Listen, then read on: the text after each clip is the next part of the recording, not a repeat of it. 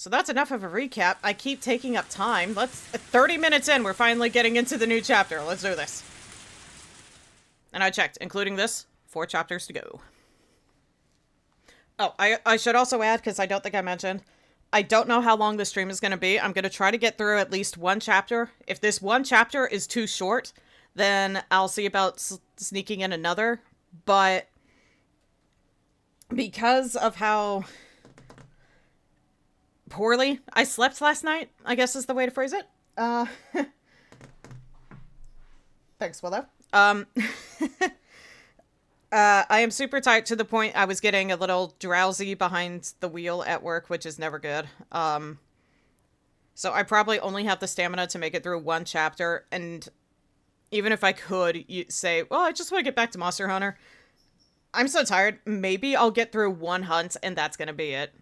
So yeah, we're probably only gonna get through 1 chapter today, and I feel bad, because 4 chapters remaining, it'd be so great to do 2 chapters and then the final 2 next time, but yeah, I'm probably just gonna get some rest, and even if I can sneak in a hunt into Monster Hunter after that 1 hunt, I'm probably just gonna lay in bed and, I don't know, try to pass out. We'll see. But enough of that. Alright. Okay, so, that being said, let us jump into the chapter already. Alright. And thank you for understanding, Joey. You are correct. Health is important. Take that message, people. Health is important. Please, always put your health first. Take care of yourself. Your health is super important because you are important, and you should take good care of yourself. You can't see it, but I made heart hands. Okay, I'll keep that as an idea for whenever I make my Live 2D model. Anyway, at first, I thought it was a dream. I was staring at this strange sheet, not really understanding what it was. I don't know if that came across on the mic, but Willow is zooming. You zoom in, Willow?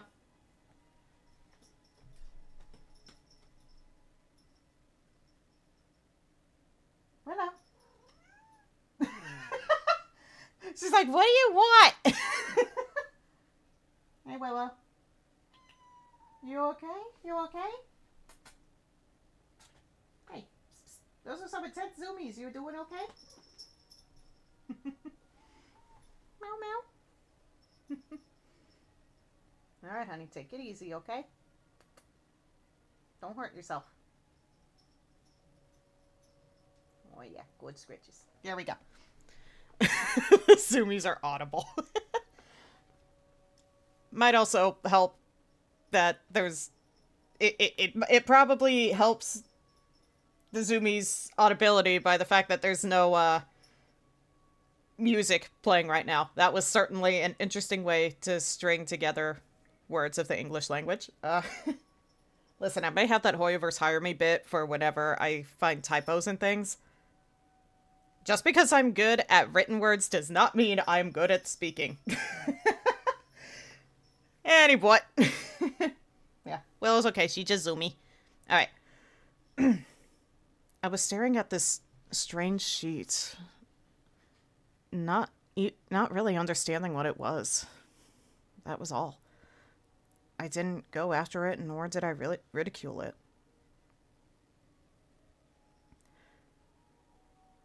Things slowly coming into focus.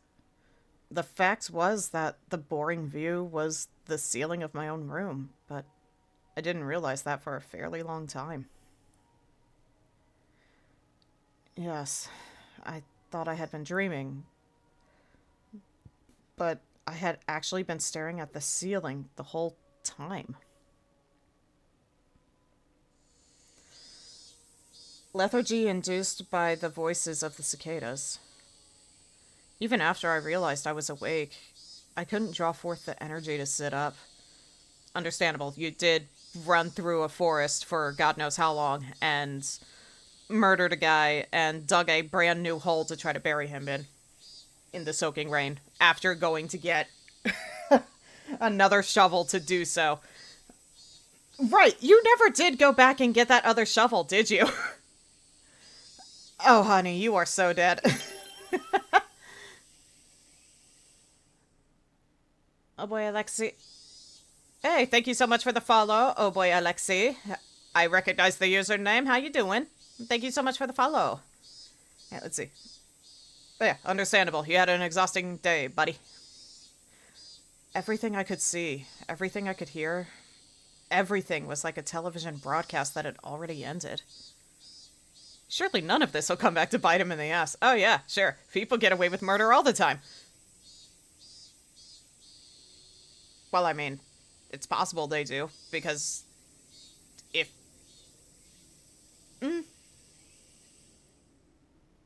know, it's like his mom was saying. If there's not a beginning, then they got away with murder, so... Who knows? I'm hoping not a lot of people have gotten away with murder, but, anyway, we'll move on. I suppose you probably wouldn't know if someone did. Yeah, very true.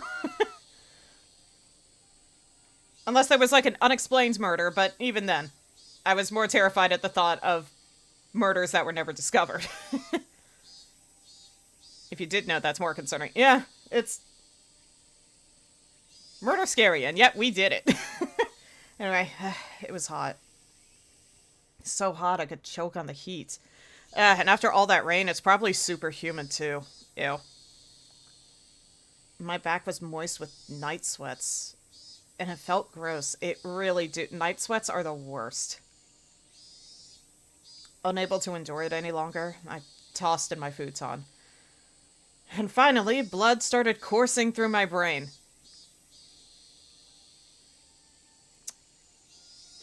Listen, knowing you, that probably doesn't happen often.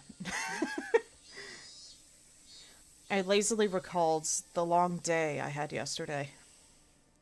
The reality, as I lay here listening to the voices of the cicadas, and yesterday, so different from it. In order to kill Satoko's uncle, I had rehearsed, formulated a plan, and dug a hole. Why do I smell burnt toast? It was very hot, and I was tired, wasn't I? And when evening came, I went to school and called him out in that. And when evening came, I went to school and called him out on the phone. I panicked for a moment when he asked where the police station was, but it worked out. And then I awaited him, and swooped down. I couldn't remember any more what sort of emotions I'd let control my body. In any case, it didn't go smoothly, but I did it. It was very hard to dig the hole for the body. That feel of the rain pelting down on me, I don't think I'll ever forget it.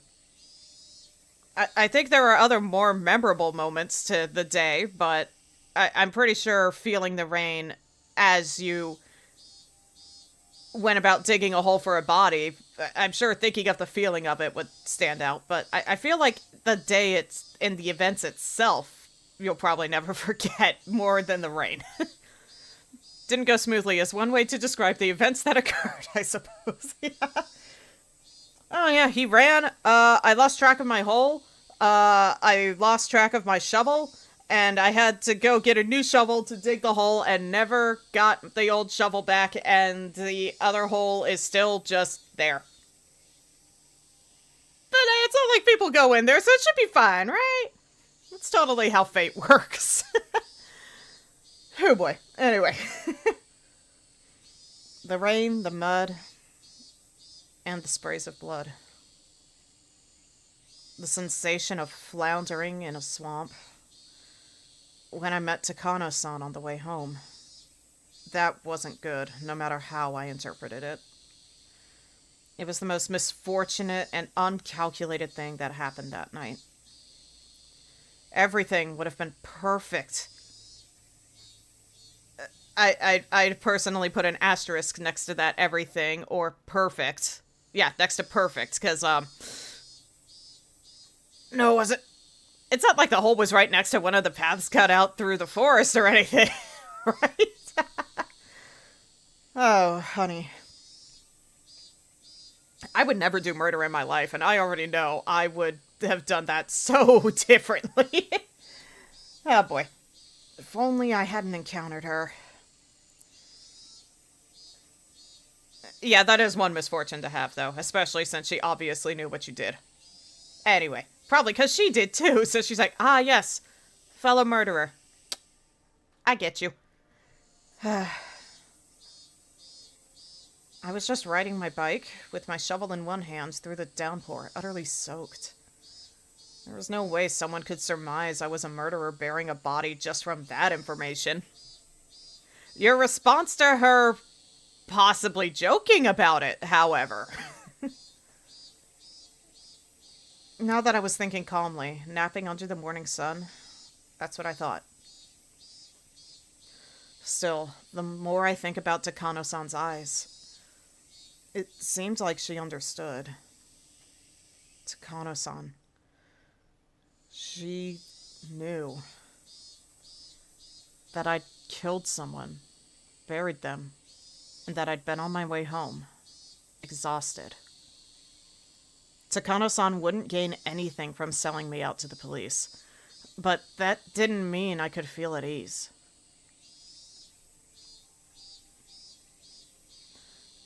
I should have killed her.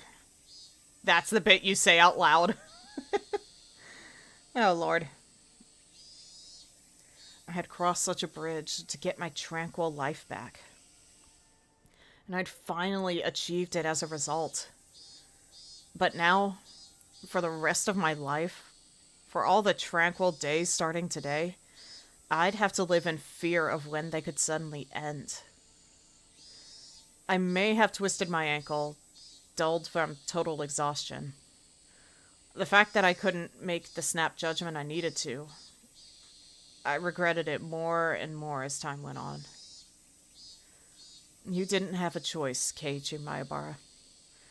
You didn't have any choice at the time. You were tired. You were a mess. Even if you had made the decision, you might not have even been able to kill her. She might have just beaten you instead. In that sense, parting ways uneventfully could have been the safer option. From what I recall, yes, absolutely. You would have left too much evidence had you killed her there. Just saying. No matter how sharp Takano-san's intuition was, she had no proof. True, only circumstantial, but she probably could guesstimate where you buried the body.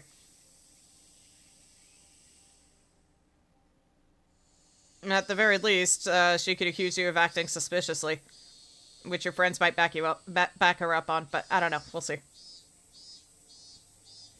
Her suspecting me didn't amount to evidence by itself.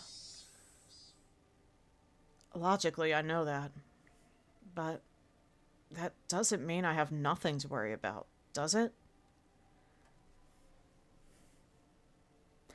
The one security I can find is that she told you as you parted ways, the two of us never saw each other tonight.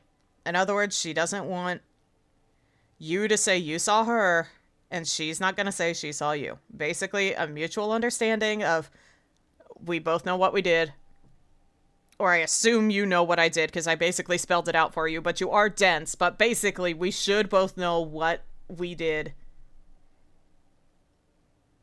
So let's pretend we didn't see each other. It was like a mutual understanding agreement situation. She won't say shit if you don't say shit, but we'll have to see if you telltale heart your way through this situation. Just worry about it when the time comes. Yeah, cross that bridge when you get to it. If you get to it. Now isn't the time to be worrying.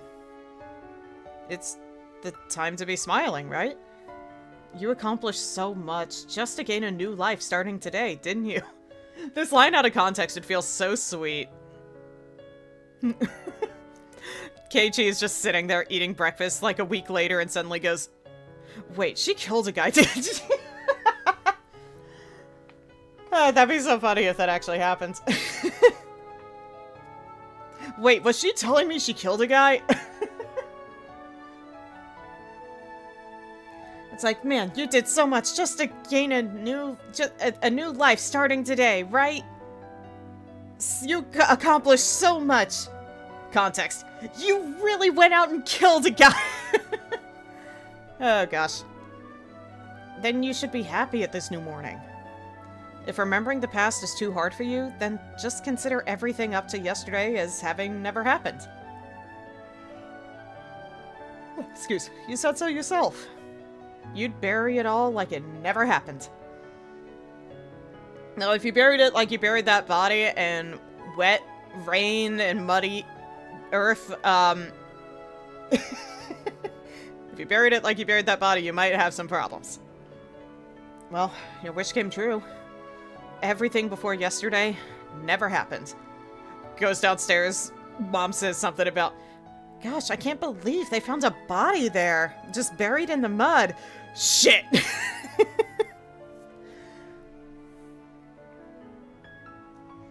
So be happy, Keiichi, my brother. Yay. I stuck up my hands lazily. That is actually a mood. It felt a little silly for me to be the one doing it. I heaved a sigh from deep in my belly. That sigh got my lungs moving. It felt like I hadn't been breathing until just now. It wasn't enough to admonish myself over. All the dice that could be thrown already had been. And the numbers that turned up weren't bad at all. Questionable maybe, but not bad. If I lost with those numbers, then I'd just have to give up, I guess. To be fair, you probably don't use much oxygen. I grabbed the chest of my pajamas and flapped it back and forth. Cool air flowed over my sweating body. Okay. Nothing before yesterday happened. Nothing. Nothing at all. I'd forget it all. Yesterday was all a dream. What time was it? About midday? Getting myself up and going to school this late seemed kind of absurd. But I needed to go.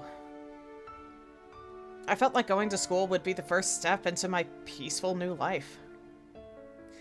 I didn't care how late it was. I would go. Okay, but how's your ankle? I'd go to school right now and get back to the life I had retaken as soon as I could. Goes downstairs, Mom's like, hey, yeah, school was canceled because they found a body. I don't know why I find insulting him every few lines so funny. I mean, he makes it easy. And sometimes he is laughably dense. Like, again, when Takano is basically spelling out, I may have murdered a guy. And he's like, what the fuck are you talking about? He is astoundingly dense. Yeah, it's astoundingly dense to the point of hilarity at times. Like, honestly, when he basically entered a mind palace, calculating down to the second how long it would take to kill Satoko's uncle was, like, the smartest he'll probably ever be. It's fun. Patience is fully awake now. Yay! Dumbassery detected. Must insult.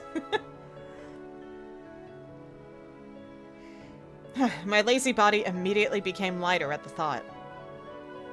I rolled up out of the futon, bounced onto my knees, then leaped upright. Nice. Stuck the landing. Collapses as his ankle gives in. I stuck out my chest with pride at my gymnast-like pose, and then took a deep breath of fresh air. The brisk morning air had been gone for a while, replaced by the crisp air of summer. Downstairs, I got a stern talking to by my mother. Where were you last night? When did you get back? You need to tell me when you won't be home for dinner, things like that. But considering the importance of what I'd accomplished yesterday, a little scolding was no problem. I only murdered a guy. A little scolding is the least I could take. In fact, it even felt like the sort of thing that would happen in such a peaceful life. I listened with an irresponsible smile and stepped out into the sun high overhead. It was around the time lunch break would be ending. Everyone would probably be worrying about me. Snaps his neck, stuck in cast for the rest of the year. Stuck the lid. Ow. Ow. And then he'd be worrying about being a sitting duck stuck in a cast for the rest of the year, but being like, God, now I'm so prone to murder. I'm the obvious injured one. Like in a pack of animals, the predator will come after me. I didn't go to the festival, and now I wasn't at school. Well, maybe they weren't too worried about it. No, they're worried. They're worried. They're so worried. Since they would have gotten a small piece of news, but a happy one from Satoko today. Possibly. Yes, the small piece of news that her uncle didn't come home last night. Satoko would probably live her days in nervous tension for a while, thinking he might still come home. But eventually, those days would end. And finally, Satoko, too, would realize her uncle was never coming back. And then, Rika-chan would quietly invite her. She would say, "You can live with me again. Nipa." Sorry, let me not half-ass that one. Nipa. There you go. And everything would be back to normal. Our lives would go back to how they were before that man appeared. Satoko would start wearing that extraordinary smile, complete with those protruding canines, and fool everyone with those traps she was so proud of. I'd probably be her first target out of everyone, but I wouldn't be mad. In fact, I might actually shed tears of joy at the return of something so normal. Or possibly shed tears of pain, depending on what trap it is. Anyway, Satoko, she'd gradually grow back into that meddlesome personality of hers. I mean, my lack of useful life skills was already completely exposed, considering I almost burned down the house. I wondered if I'd ever be a match for Satoko. But that would be such a pleasant thing to see, too. And with such warm, fuzzy predictions, I didn't feel bad for going to school so late. In fact, I wanted to run there now, to get there as soon as I could. Oh, my ankle! I'm just waiting for the ankle to make a comeback, unless it really was just temporary pain in the situation for twisting it in his bike. Anyway, instead, I decided to savor the peacefulness of just going to school like normal, without running. The world I'd obtained for myself, that gave me joy just by walking like this. Yes, the world beginning on this very day was something I had won. Turns the corner. The sky is red. Everything's on fire. It's Armageddon. Without that monumental feat yesterday, I would never have been able to come to school so cheerfully today. I was almost hoping for the Armageddon. The school gate came into sight. Just then, I heard the principal ringing the bell to mark the end of lunch break. It was a clear, refreshing sound. I stopped, despite myself, and let myself take it in. Tap. I had stopped suddenly. So there was an extra footstep. Oh.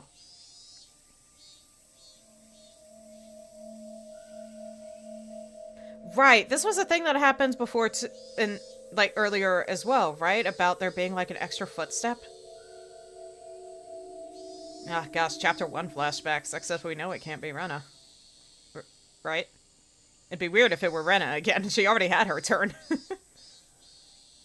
With the noise, the blessedness I was feeling throughout my whole body withdrew into any pore it could find. And as if to replace it, I felt like hundreds of hairy caterpillars were climbing up my face. That makes me shudder just thinking about it. Just thinking about the weird tickly sensation. I turned back, but of course, nobody was there. A single footstep could have easily been my imagination, but the footstep felt so ominous. That extra footstep I heard after seeing Takano-san off last night. Right, yep, that's when it was. With everything that happened on that insane night, I didn't mind something like that happening once. It had been a hell of a night after all. In fact, having just one hallucination was pretty fortunate. But those footsteps should have ended with yesterday, so if I heard them again today, there was really only one thing it could have meant. Last night still wasn't over. It was still going. Still, that insane night. Forever. The step I heard, just that one extra footstep, was quietly ridiculing the nonsensical notion that the world starting today was completely different from the one that ended yesterday. My classmates playing in the schoolyard all vanished inside like the tide going out. When I approached the school, it felt like that warm, fuzzy scene had ended, and it didn't feel good. At the entrance, I took a quick look in everyone's shoe boxes. Satoko Hojo, she was here. Mion was here too, and Rena, of course. Even Rika-chan was here. Tomita-kun and Okamura-kun were here. In fact, I didn't see any missing classmates. If there were shoes missing, they would have to be my own. I took my shoes off and stuck them in, then took out some slippers. There wasn't a single pair left in the shoe boxes anymore. With that, they returned to their rightful state. But as I stepped up onto the wooden floor, I noticed there was just one pair of slippers left. Huh. Who's... Satoshi Hojo. Satoshi, who had never been to school since disappearing last year. Until now, we had committed the exact same act of violence, but I guess in the very end it went differently. You couldn't make it to school, but here I am. I didn't repeat the same mistake you made. I made my own mistake. I wasn't about to let myself feel superior about that. In fact, I felt an odd sense of familiarity with him. A misfortunate bond with someone I'd never met due to following the same fate. I headed down the hallway towards the usual classroom. It felt like it had been a whole year since coming here. Hey. Did you forget, Keiichi Mahabara? I'm not the same dumbass as you. I'm a different, significantly worse dumbass. That he is. Did you forget, Keiichi Mahabara? Satoshi Hojo didn't really disappear on the night of Watanagashi, did he? Oh no. Oh no. Oh no. Oh no. Yep, you still have a little bit of time left to go. You still have a little bit of time left to go before you are officially in the clear and not replicating Satoshi's mistake, because Satoshi disappeared on Satoko's birthday. You have until then. Satoshi Hojo disappeared a few days later. On Satoko's birthday, if I was right. If I recall correctly, yes. I didn't know what day it was, but I couldn't say for sure I'd avoided Satoshi's failure, unless I remained here past that day. I was still living in that night of insanity. The teacher still hadn't come to the classroom. The other door clattered open, the one the teacher wouldn't use, so everyone turned at once to see who had arrived. Everyone looked pretty vacant. Suppose I'll greet them. Good morning, ladies and gentlemen, and all in between and beyond. I do thank you for coming all the way out here today. Laughter. Silence.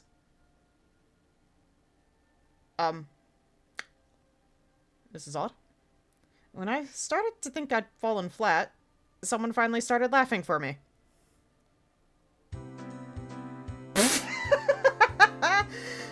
Good morning, Kei-chan.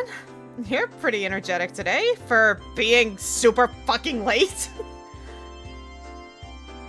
Yeah, energetic. Maybe you haven't gotten out of the festive mood yet, huh? Hearing Mion and Rena's cheerful voices made me realize how dumb those dark feelings I'd been having at the entrance really were. You know, about how I'm still kind of possibly sharing the same fate as Satoshi until I get clear in a few more days. We'll have to see. Also, what's the real marker of safety? Because the festival happens every Sunday. So that means Satoko's birthday could be today, or it could be tomorrow, it could be the day after. How long do we have for Satoko's birthday?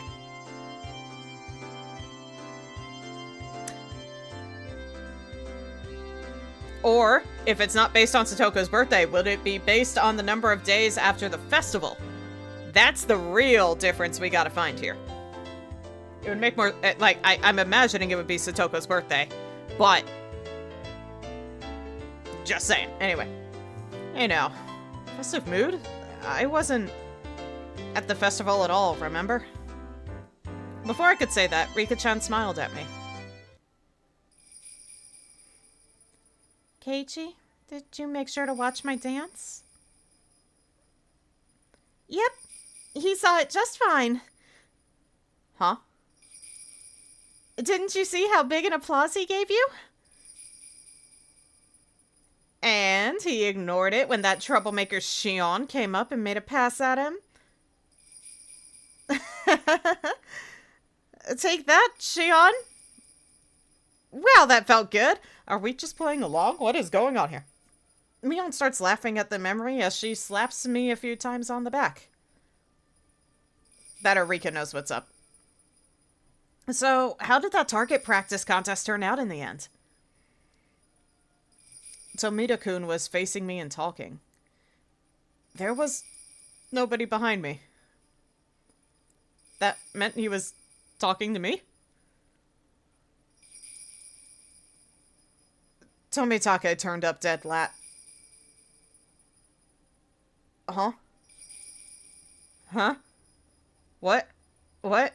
How would you even know? How?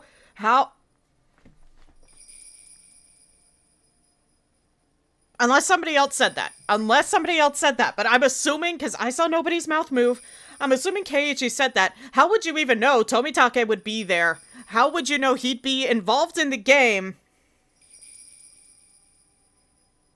And that he would end up in dead last like in chapter 1.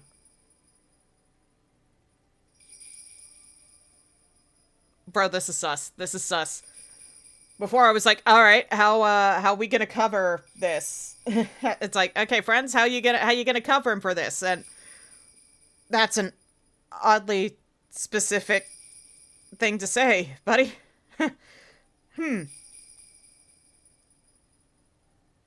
Tomitake turned up dead last. Everyone had a good time with his punishment game. Weren't you supposed to be the one in last place, Rika-chan? It was such a turnaround when you pulled off getting that chewing gum. Uh-huh, that also happened. I should have expected that from a member of my club. It was fantastic.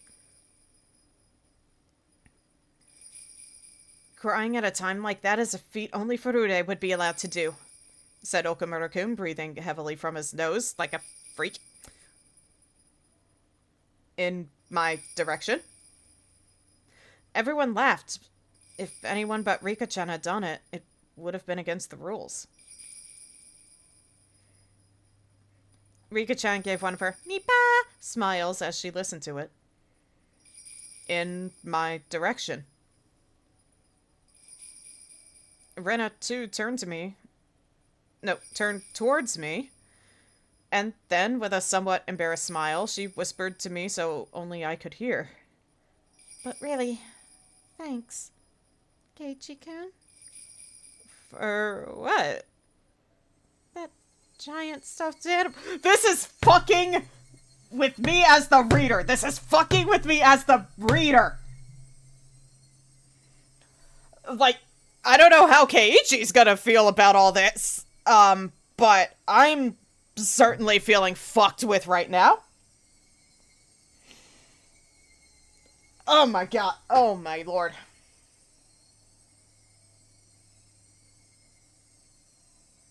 Why is Rena acting like Keiichi was there? Like, she's personally whispering this to him. She's not saying it so everybody else can hear, like you would if you were covering in a situation. But no, she's specifically saying thank you. But really, like it actually happened. What is going on? Are they just playing it that seriously, or is the wibbly wobbly timey-wimey bullshit happening right now? Oh my god.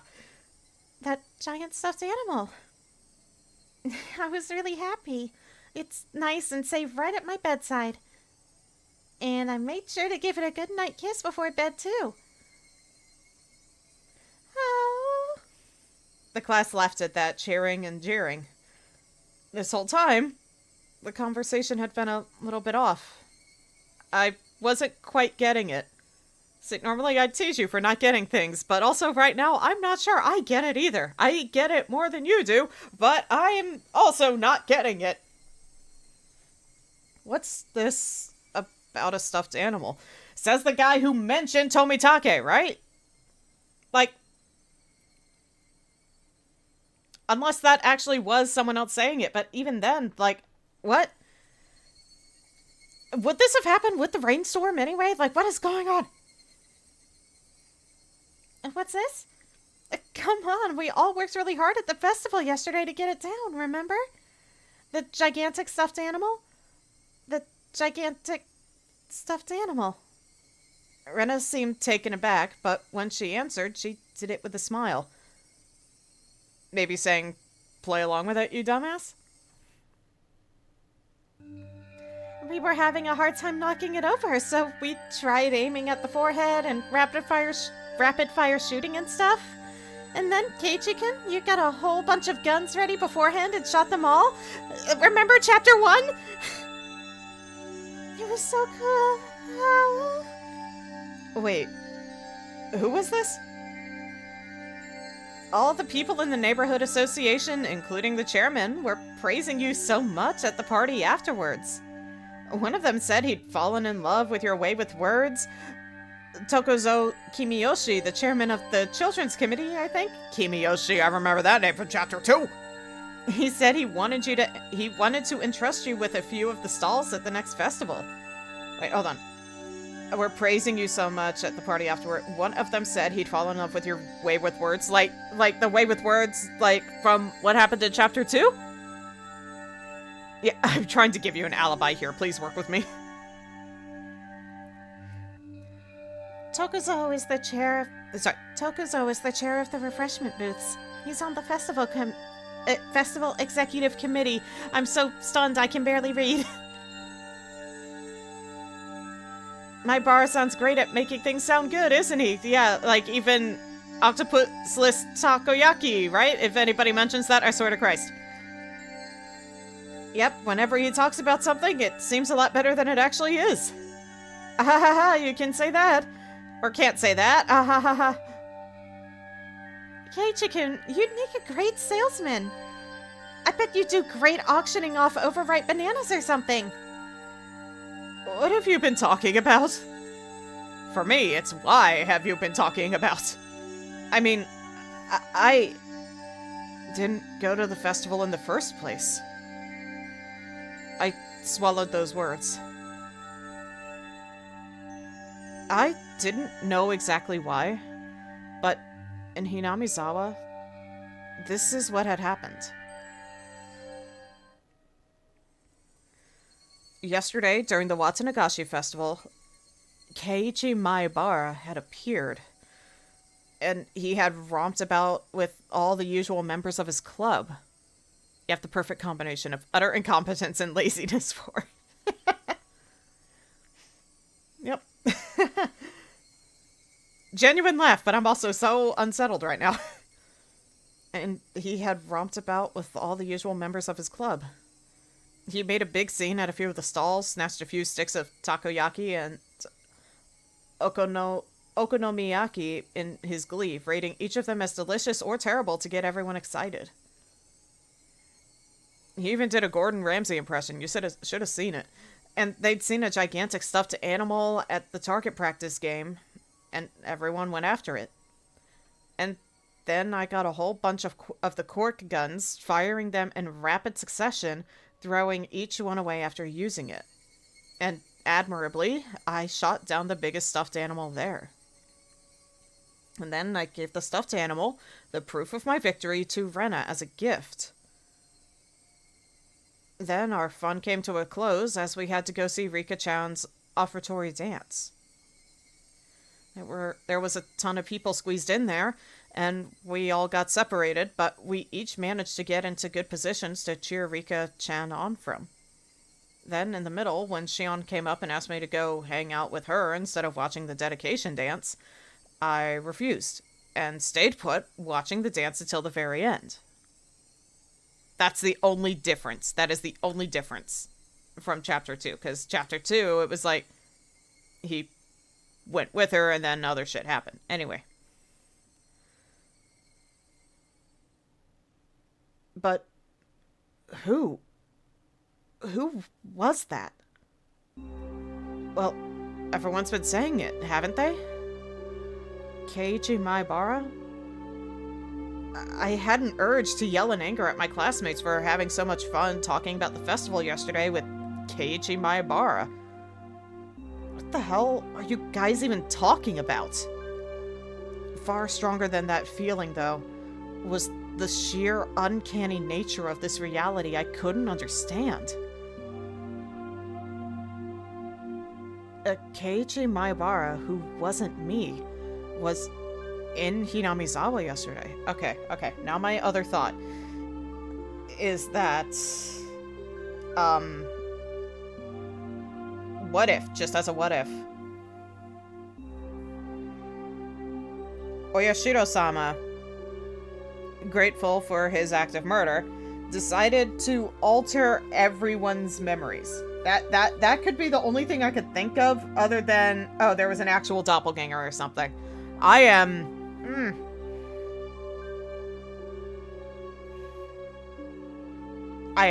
scared and confused right now. But that is the current theory I shall run with until I'm given further evidence. Right now, I'm just saying supernatural activity from God of darkness, I guess. Protective deity who also has a very gruesome original ceremony. Anyway. As I threw away my humanity, turned into a demon, and was busy beating Satoko's uncle to death, I was having a great time at the festival last night. What the hell? I had to suffer through so much, desperately holding back tears, getting so worn out in that downpour, digging holes, chasing, beating, killing, dragging and burying. Other theory is maybe Shion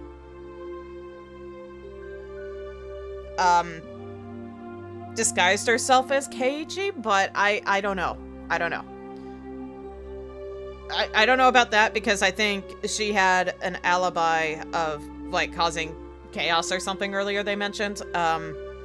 Besides trying to pull Keiichi away, because that would have been, like, you know, anybody could easily come up with that. Alternatively, again on the supernatural side, what if it was Satoshi's spirit being like, I got you, bro, and then somehow somehow got involved in, like, I don't know, weird ghosty shit where he made himself look like Keiichi or something. I don't know. I'm trying to figure out what this is because I am grasping at straws that may or may not be there because I am like, what the fuck is happening? Oh my lord. Oh, but I'm a sucker for a good mystery like this. Give me more. Who was this Keiichi Maibara who had ignored me so and spent such a fun, carefree time at the festival, damn it? Who the hell stood in for me as I put my life on the line working so hard to achieve this treasure-like everyday life? If there was another Keiichi Maibara besides me, then what was I? On the night of Watanagashi, where one died and one disappeared, in accordance with Oyashiro-sama's curse, there was only a demon who had killed someone. Dumbfounded, as I succumbed to a horrifying possibility, I looked around at my classmates. To make sure, there was nobody extra I didn't recognize among them. Oh, see, I have one other concern. We have yet to hear from Satoko.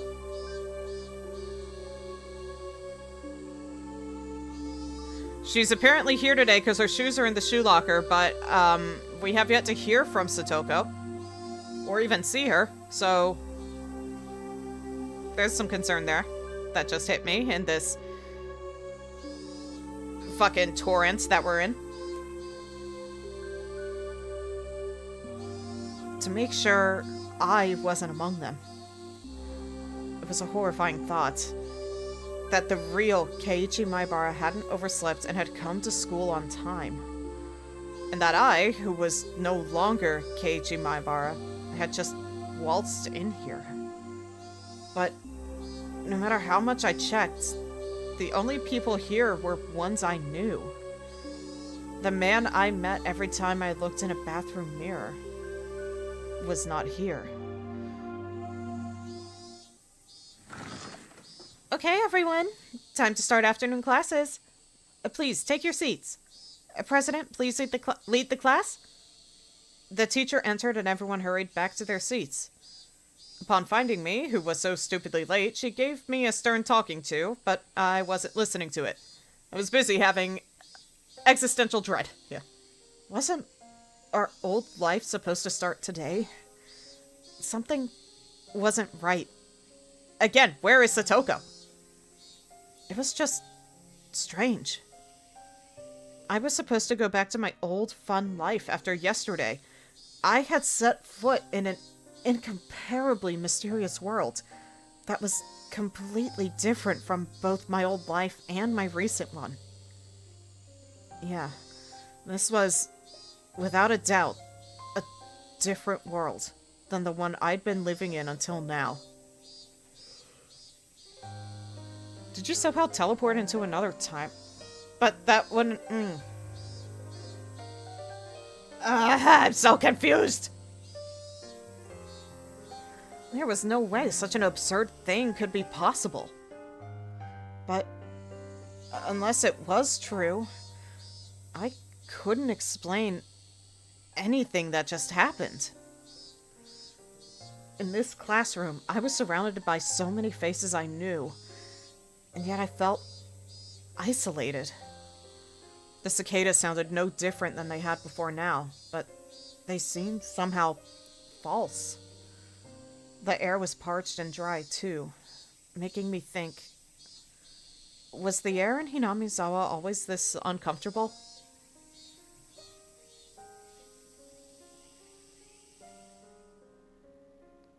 Again, where's Satoko? Hey, Rana? What is it? We're in class. About the festival yesterday. About... when would you say I got there? Huh? To be honest, I was pretty excited afterwards. And I gobbled down some cans of beer. I mean, it's kind of embarrassing, but I don't quite remember some things. For random babbling, it wasn't a bad excuse.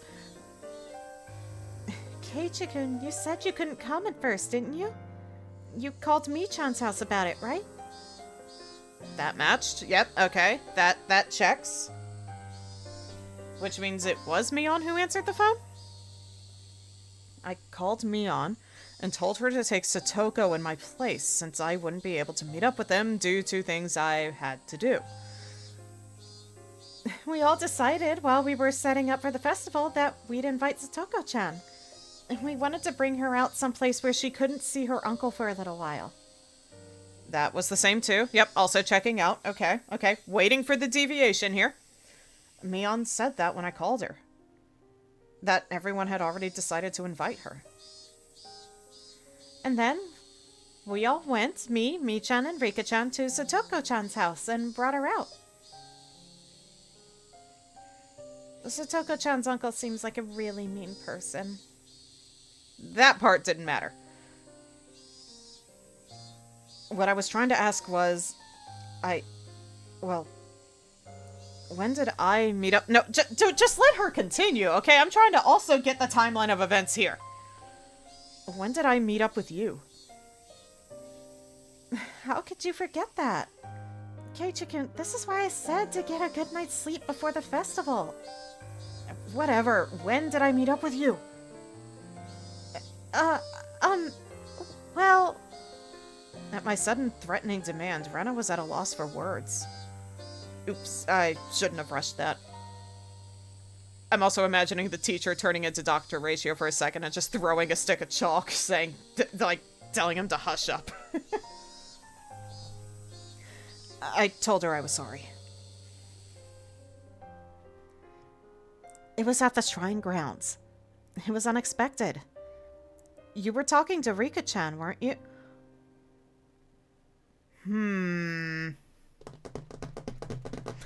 Okay, there is literally only one other thing I know about the series. Literally only one thing. That has not been seen in the visual novel yet. There is literally only one other thing I know about Higurashi. And while I know next to nothing about it, it may explain everything. I've also been sitting here wondering when it's gonna pop up, so this'll... This'll be interesting. Let's see. From what little I know about it, that location was the one that made me think. I think I know what it is now. I think I have the explanation. But we'll have to see if it's even explained in this chapter. We'll have to see. Anyway, it was at the shrine grounds. It was unexpected. You were talking to Rika-chan, weren't you? Yep. You were having a fun talk with Rika-chan in her shrine maiden outfit. And then Rena came up and said, "Oh, I'm taking you home." I was talking to Rika-chan? It might also explain why the strange music kicked in, after when Rika started speaking. And then if I'm correct in that he gave the answer about Tomitake, which he may not have. Again, I don't know who said that line. I mean, there could be a way to figure it out.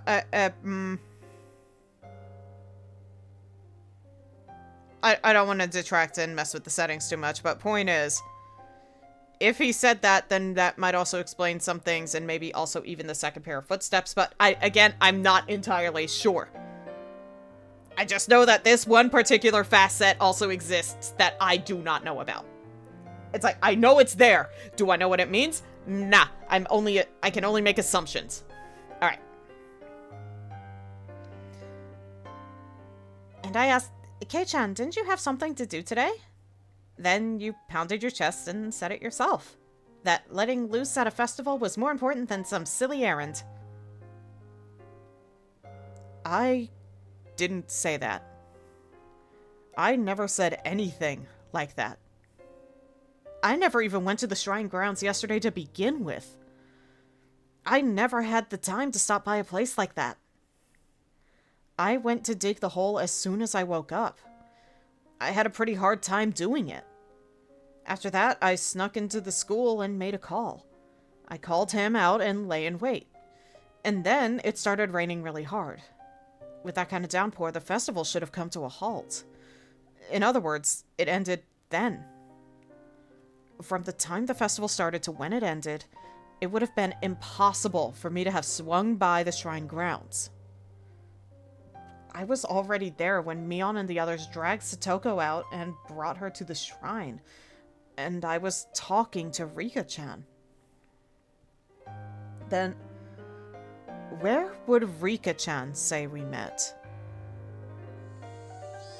The teacher went out to wash her hands, so I ran over to Rika-chan's desk and asked her directly, Hey, Rika, hey, how's it going? When did I see you yesterday for the first time? With you? Yeah. We were talking to each other before Mion and the others got there, right? When did we see each other? When and where? I don't know what you're trying to ask. You know, yesterday I really didn't get enough sleep, and my head's a bit fuzzy. I don't remember a thing. It looks like Rika-chan bought into my babbling. We saw each other when the mayor and the others came out of the assembly hall. You were in front of the ritual implement storehouse. Mm-hmm. Interesting location. Huh? What? The ritual implement storehouse? I've never heard a building called that before. Or maybe I have, but at the very least, I wouldn't know where on the shrine grounds it was. The mayor got real angry at you since you shouldn't go near holy places without authority, remember? Keiichi, did you forget that too?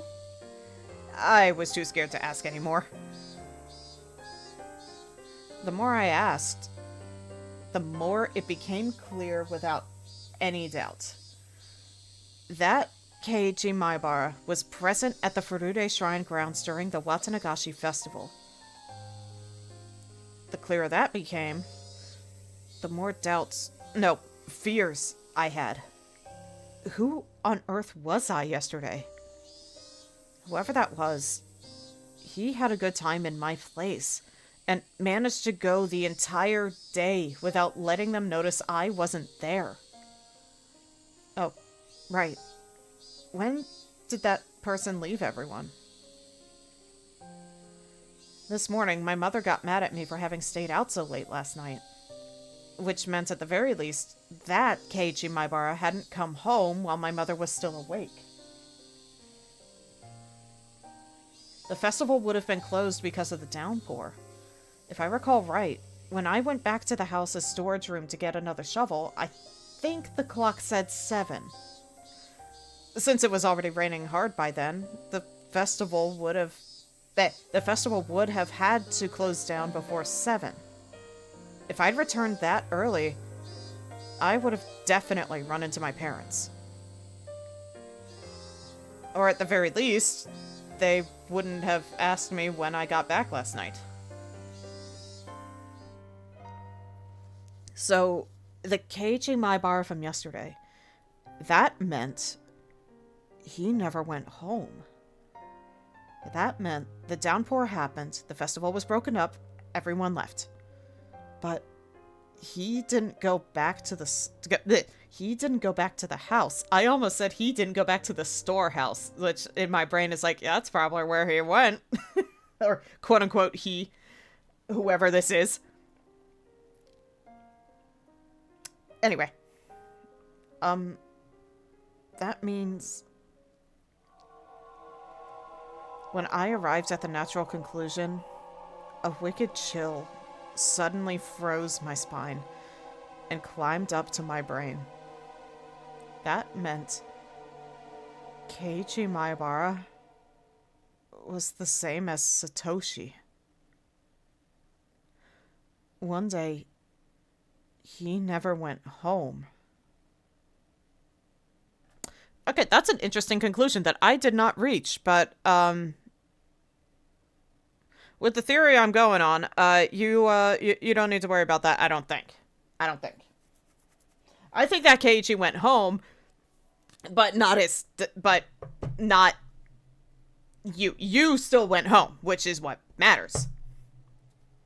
After all, Satoshi didn't go to the festival, so... it isn't exactly parallel. I see where the concern is. But it isn't exactly parallel. But I see the concerns. Anyway. Also, I'm still wondering where the heck Satoko is, considering we did all this for her. I'd expect him to be excited to see her, so the fact that there's basically no reaction to her lack of presence, despite knowing she would be here, has me concerned. On the night of Watanagashi, he never went home. The downpour interrupted the festival, and on the way home, he suddenly disappeared. And I, who was dealing with the corpse, went home without a problem.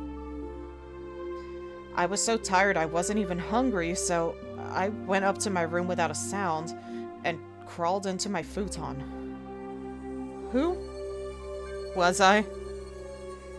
Oh, you're going through a major existential dread right now, bud. That much was obvious. Keiji Maibara. Keiji Maibara was me. There may have been another one, but that doesn't negate the fact that I was Keiji Maibara. Then, that other Keiji Maibara was... what? Not you. That's the important takeaway here. I understand the concern, but also that's not you. That is not you. Them not going to your home does not mean shit. It's not you. If it is somehow a clone of you, then that's a whole nother problem. But you as an individual, I think, are fine on the whole didn't go home concern you have. That is my guess. I could be wrong, though. This is Higurashi, where bad shit happens to you all the goddamn time. And Tomitake. Especially poor Tomitake, who is very much just the canon event. Anyway, the voices of the cicadas steadily filling the classroom were beginning to bother me. Speaking of hunger, going to go make food. Enjoy sustenance. Suddenly, there she is! I laid eyes on Satoko.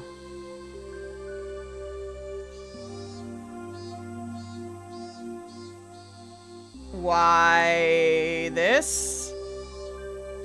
Why do you be this? Satoko's expression was dark as always.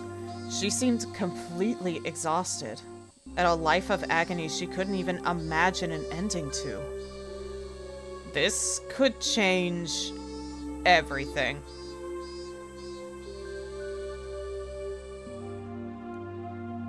What had last night been like for Satoko? Yeah, why don't you talk to her, bud? Why haven't you spoken to her? Anyway, did she have fun with everyone and feel a little happier, if even for a moment? And when she went home, the end of her dream, she'd probably gone to sleep afraid of when her uncle would return. And then, this morning, her uncle hadn't come home. And then she went to school. Right now, she must have been still trapped by the rotten idea from which she couldn't be saved, that her uncle would need her when she got back. But you can rest easy, Satoko. Your uncle won't ever be coming back. I couldn't tell her it was because I'd killed him. When Satoko realized on her own that her uncle would never return, then that would truly be the end of the long, insane night. That's right. I didn't do anything wrong. I did the best possible thing I could have as Satoko's Nini. Not an atom in my body regretted it. And look, calm down and think, Keiji Maibara. From a certain point of view, isn't it convenient there was another Keiji Maibara? I buried the corpse perfectly. I would argue with you there, buddy, but sure. A beginning wouldn't happen. But if worst came to worst, and it got out, and the investigation got to me, I now had a strong alibi, able to profess the fact that I'd been at the Watsunagashi festival. And everyone told me exactly what happened just now, so I could live off of that alibi. They made the alibi stronger. I wouldn't have to pretend that much. But accepting something so creepy and using it as an alibi? Bro, don't look a gift horse in the mouse right. Gift horse in the mouse.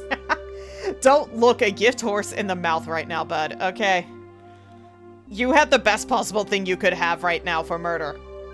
And a fucking airtight alibi.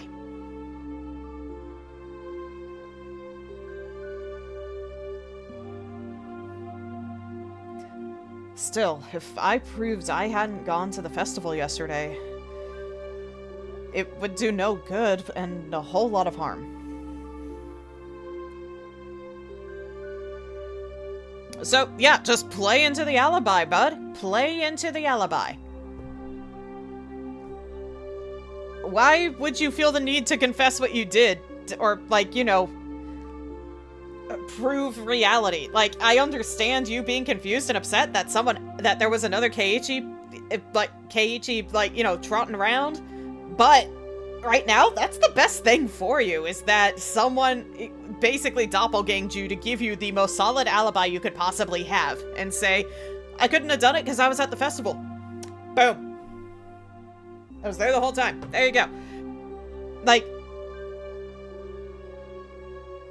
this basically gives you a murder with that has no beginning, because, or even if it does have a beginning, it's not going to lead to you because you have a perfect alibi. Don't question it, friend. Do not try to correct reality, because then there will be problems. Also because then you'd be confessing to murder when the one thing you want to do right now is not let it have a beginning. Don't give it the beginning, you fool. Anyway. That was what left the really, actually bad aftertaste. You'll forget about it, Keiichi Maibara. Pardon? Everything that happened before today. So just forget about the Keiichi Maibara who was there yesterday too. Gaslight yourself if you have to, buddy.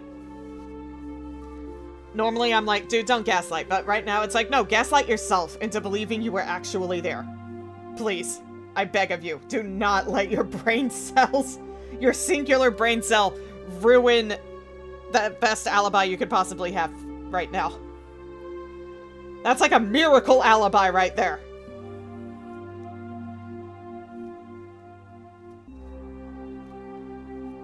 Do you realize how many characters in Danganronpa wish they had that kind of alibi?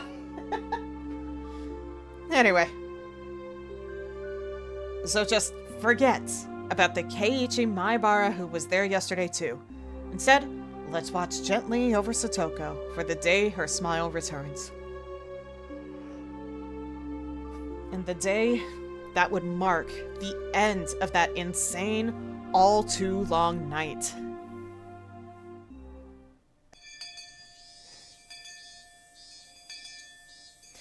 That's all for today, class. Please go straight back to your homes, everyone. President, if you would. Everybody stand up. At attention. And bow. Goodbye. I thought about many things, and saw my thoughts dispersed by many other things. Not that it takes much, but... I didn't know whether or not that time had been spent worrying or daydreaming, but either way, it came at an end along with the class. Cheerfully, our classmates got their things and ran for the hallway.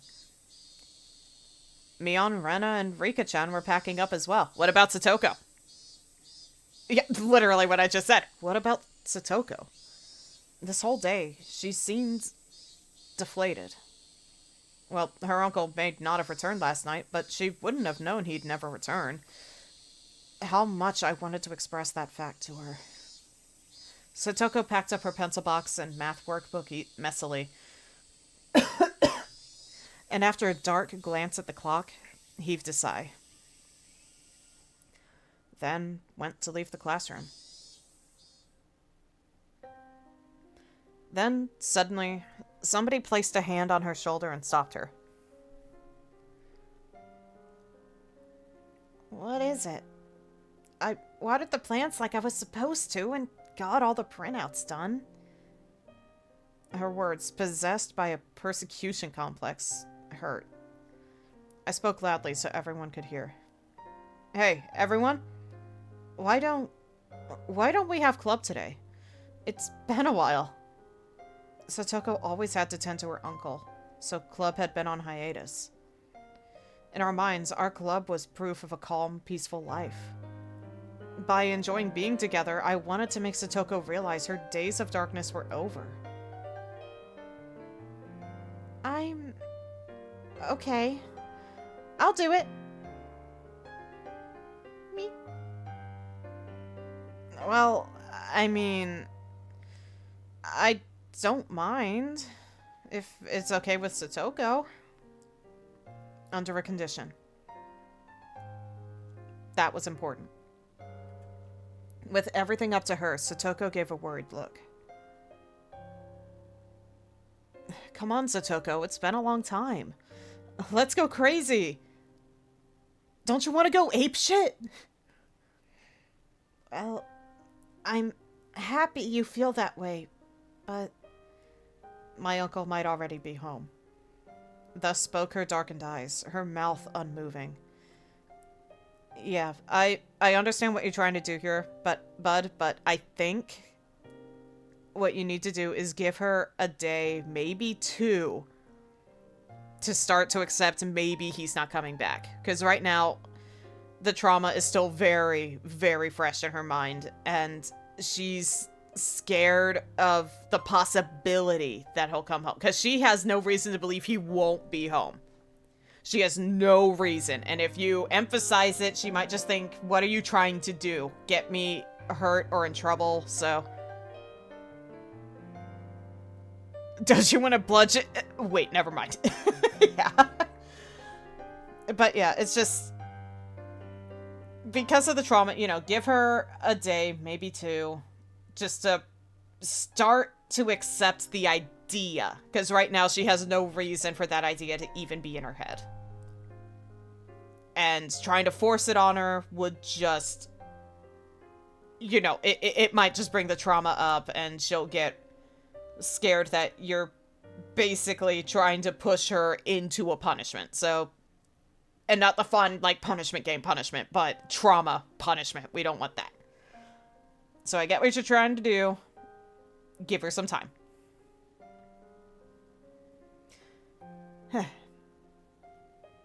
My uncle might already be home.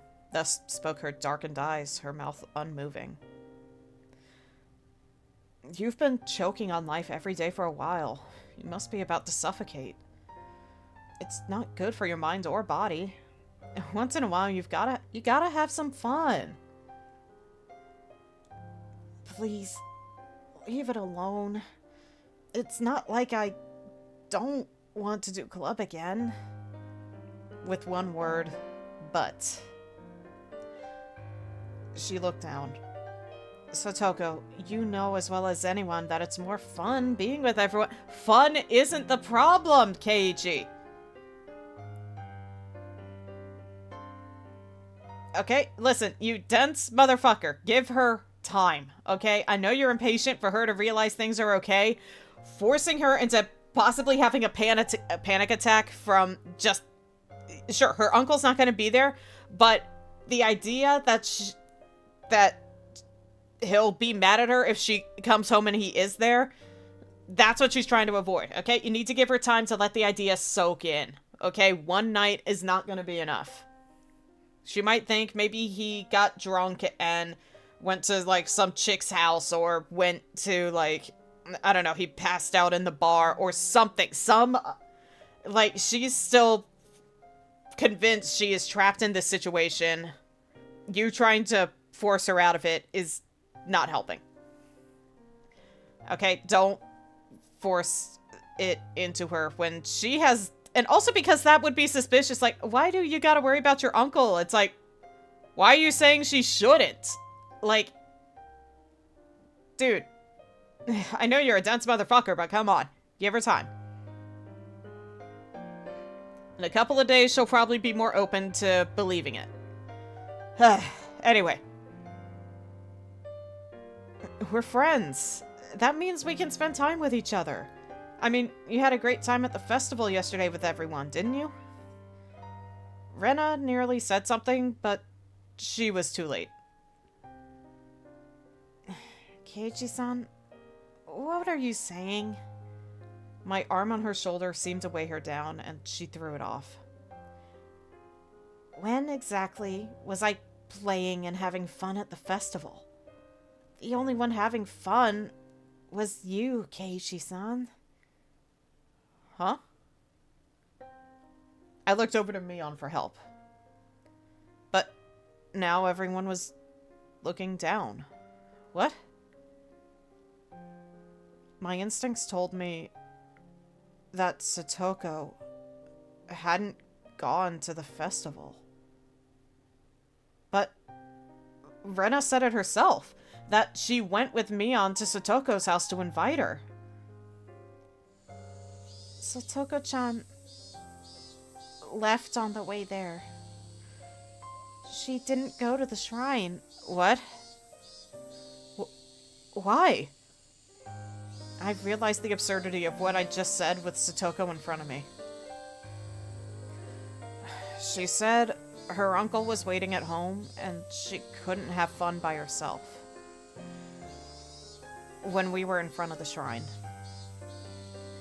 We tried to stop her too. We told her uncle said it was okay and that he wouldn't get mad if she had a good time.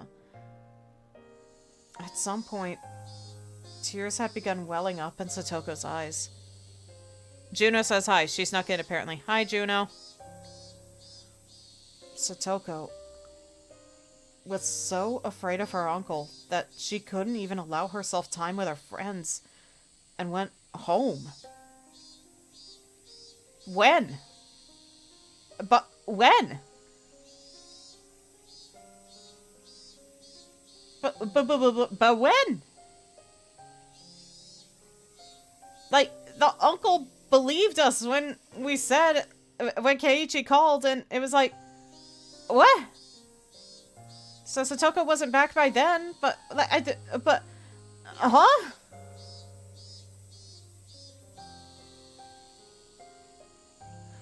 Huh?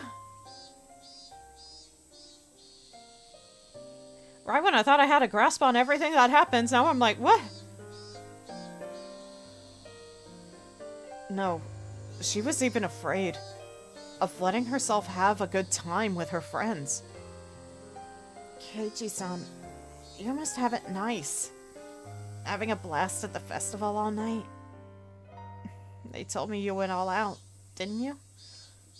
I'm very envious. Smiling to herself, her tears began to fall. God damn it! I must provide for my uncle. It's completely different from you, with how you let your parents do everything. Satoko, I'm so glad you enjoyed yourself at the festival. I'm so glad you had enough fun for me too. I mean, I want to participate in the club too. Making such a racket with everyone is so much fun. But right now, I can't. I can't. Unable to withstand such violent emotion, a few teardrops slid down her cheek. But even though she was having such a terrible time, not once did she ever say it was hard for her. It was a sad, obstinate bravery. But the days when Satoko had to feel like that were over. Satoko didn't need to endure it, to bear it anymore. She can't accept that yet because her trauma is that deep. She literally cannot believe that unless you openly say in front of everybody right here, right now, that he's dead because you killed him, or even just saying he's dead, which would raise a suspicion about how you know, but basically you saying he's dead is what it would take for her to possibly be open to the idea that she's free. Otherwise, you need to give her time to notice that her uncle truly is not coming home, okay? I'm gonna beat this into your goddamn brain. I know I can't, because this is this was written a long time ago, but still, it's like, I want to beat it into your head. Dumbass, yeah. He truly is. Because you're right, she doesn't have to bear it anymore, but you need to give her time to let that sink in.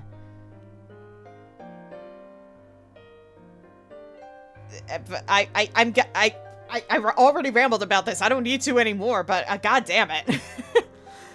There's a lot of space in there, at least. You could probably run some... Yeah, maybe get some extra pocket change from running out that space between his ears. Anyway. She could forget all about it now and smile. Truly spoken like a kid in a privileged life who knows nothing about abuse.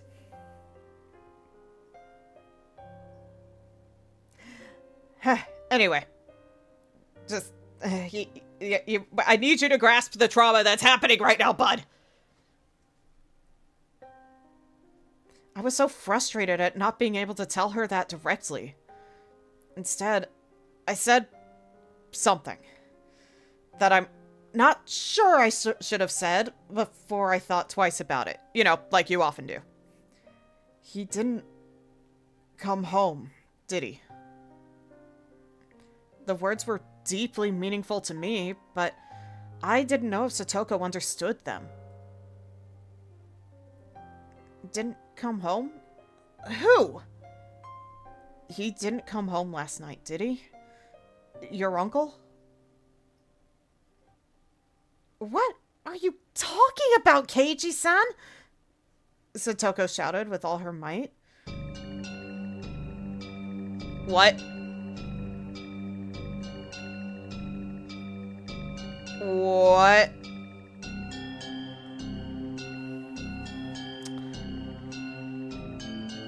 No. I was like, then who did Keiichi kill? But no.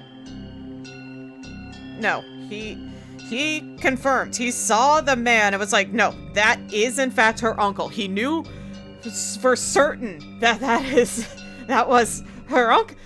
What? Hold up. What?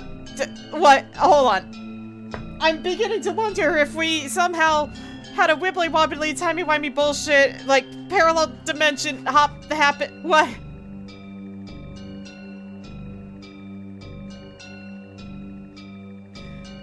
Huh.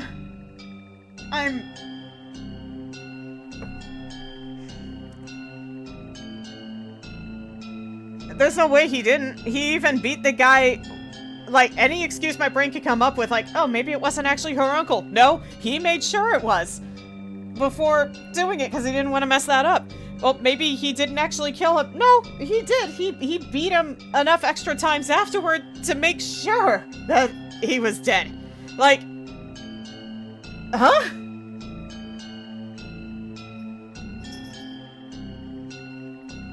And it's not like he lost him during the chase or anything. He was on him, like blue on jeans or whatever the frick.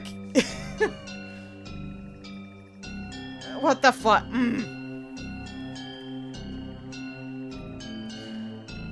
I am scared. I am so scared. Are we gonna have to murder again? But also, the implications are worse now. The implications are much worse. Or much scarier. Let's just move on. When has he not been there? When? Calm down. I mean, he didn't... I think, also, realizing your words, you saying he didn't come home last night means you knew he left at some point. How did you know he would leave? at any point.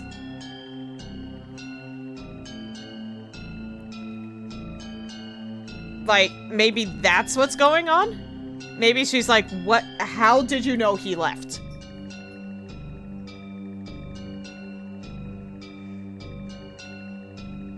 Even that, we just gotta keep moving. Gotta keep moving. I mean, he didn't come home yesterday, did he? I don't understand what you're trying to say, Keiichi-san. Satoko, what are you talking about? I mean, that man, I killed him. I killed him yesterday. I killed him for sure. And I buried him. I buried him whole. He could have never returned to his house. Even yesterday, he was torturing me so much. He yelled at me. He shouted at me. He found fault with everything I did. He threw the dinner I made him on the floor. Dinner? When did y'all eat dinner? He dumped his bowl of miso soup on me, too. It was hot. It was messy, and I cleaned all of it up. I cleaned all of it. Oh my god, honey. What? Our stories weren't matching up. But... Night? This morning, when he woke me up to make him Okay, yep. I was like, maybe there's a chance that all happens, like, before he left. But nope. This morning, when he woke me up, that means he was at the house somehow. What the fuck is happening?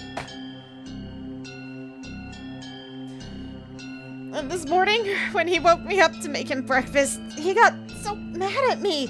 He would have gotten mad at me whether I'd gotten up or not. Satoko.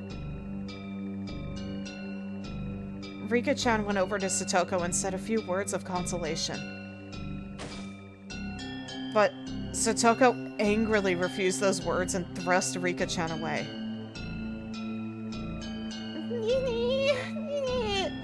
Come back! Oh, god damn it. What is happening? Crying, Satoko slowly walked out into the hallway. After a moment, Rika-chan went after her.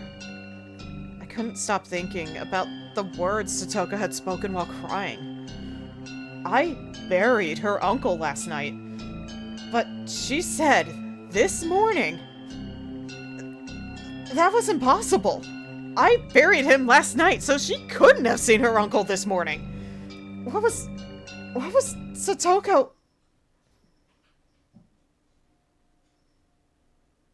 Willow, why did I just hear a thud from over there that made me jump? What are you doing over there, Mizumi?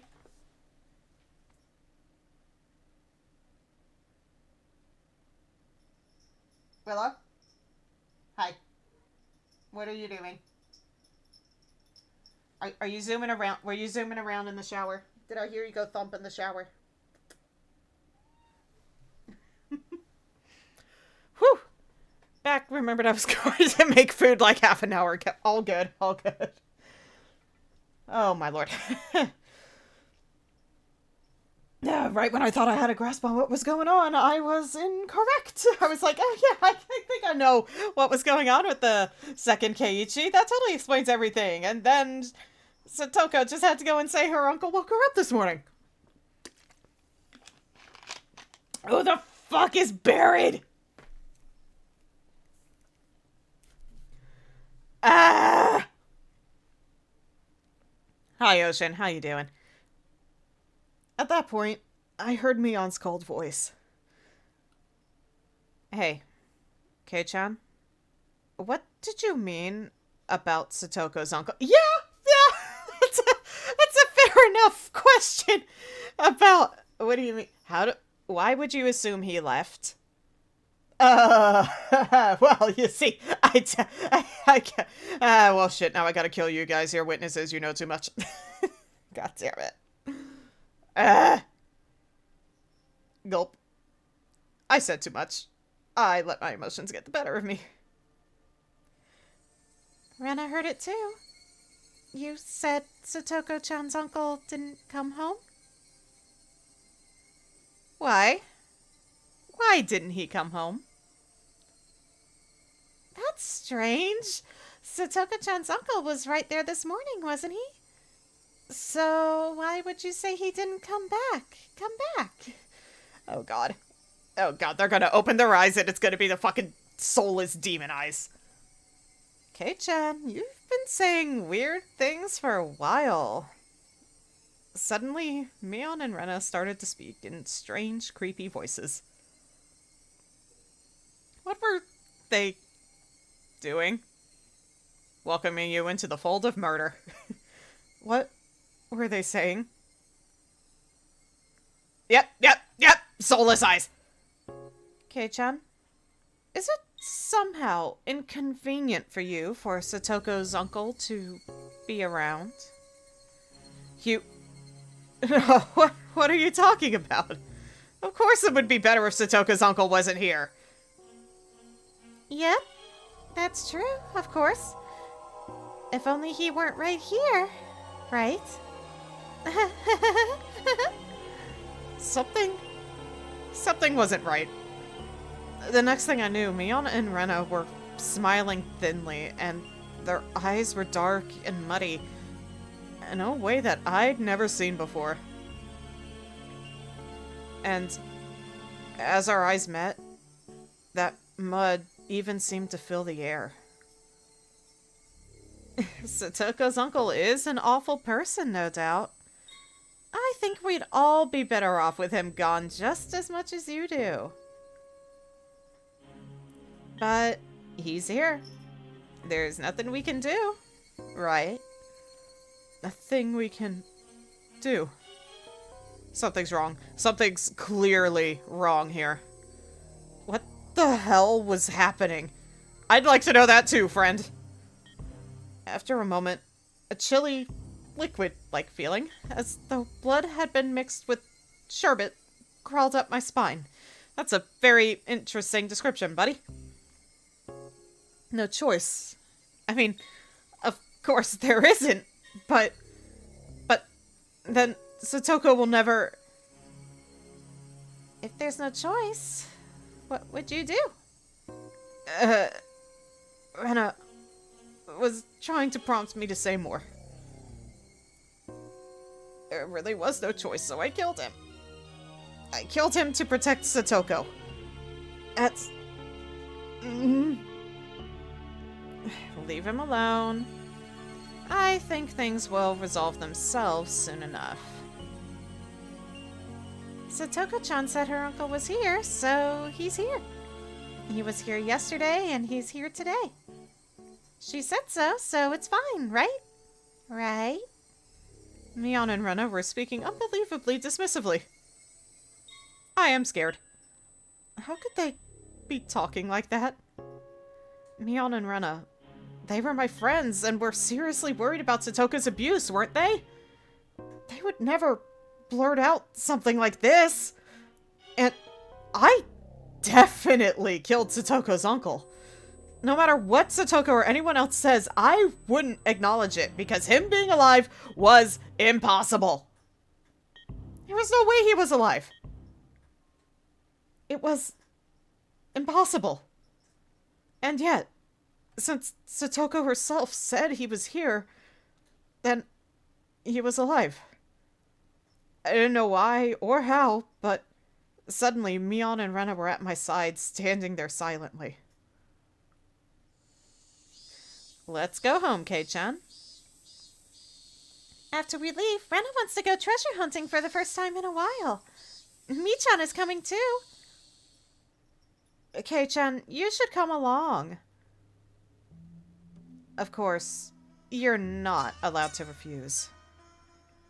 If words could freeze blood, then there was no doubts that they would have frozen me solid. Very much like, yeah, let's go take a walk. Let's go have a chit-chat over... Let's go have a walk and talk over... And a little chit-chat. You know what I mean? You know what I'm saying? Arm on shoulder, gripping you firmly. You are not allowed to move away from me as I push you along. We're gonna have a little chit-chat. I could hear it. A strange sound, like a layer of thin ice spreading, emanating from every joint in my body. And with them closely at my sides, we left the school, as if they were police officers taking me away. They talked about silly things the entire way home, like they always did, but they always stood at my sides, as if to prevent me from escaping. This was strange. Everything about this day was strange. You should have just stayed home, friend. Actually, it had been strange ever since the previous night. Yeah, thinking back, it had been strange ever since killing Satoka's uncle. Things just didn't go smoothly after that, at all. That creepy meeting with Takano-san was only the beginning. That insane night was still continuing. Yeah, it still hadn't ended. What? What's wrong, Kei-chan? Why'd you suddenly stop? Sorry. It's nothing. When I stopped, it was distant, but I definitely heard them. An extra set of footsteps. That was proof. Proof that insane night hadn't ended. I mean, I think hearing that the man who should be dead isn't dead is all the proof you need that shit isn't over, but that is definitely a cherry on top of the horror sundae right now.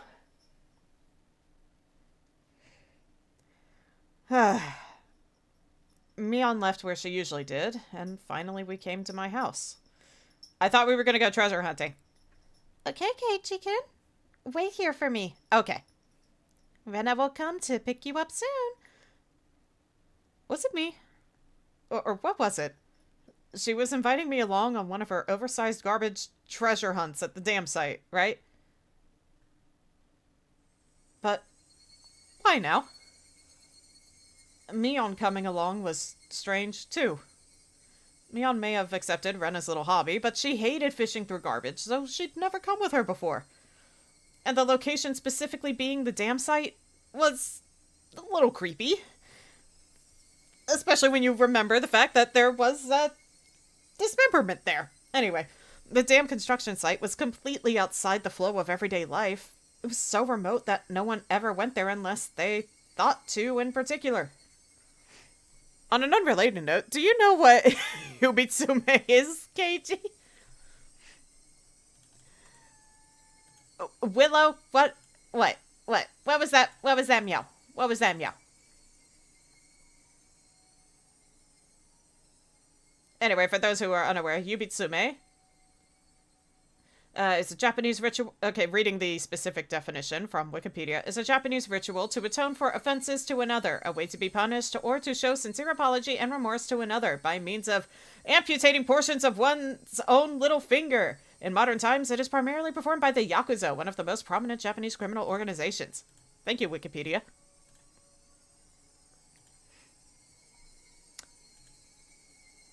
Anyway, nobody lived there, and there were no lights, so at night it got dark very quickly. I was being forcibly invited there. There was no reason I had to fear Rena and Mion. I mean, who cares if their eyes turn soulless and hawk-like for a minute there? Like, that's normal. They just do that sometimes. It's not freaky dinky at all. It's totally freaky. And dinky. Besides, wouldn't the trouble I'd make by refusing them be a pain to deal with? Oh, absolutely.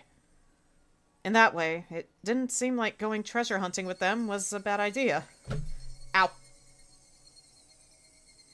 Sorry if that came across on the mic. I accidentally just bumped my knuckle on my keyboard tray.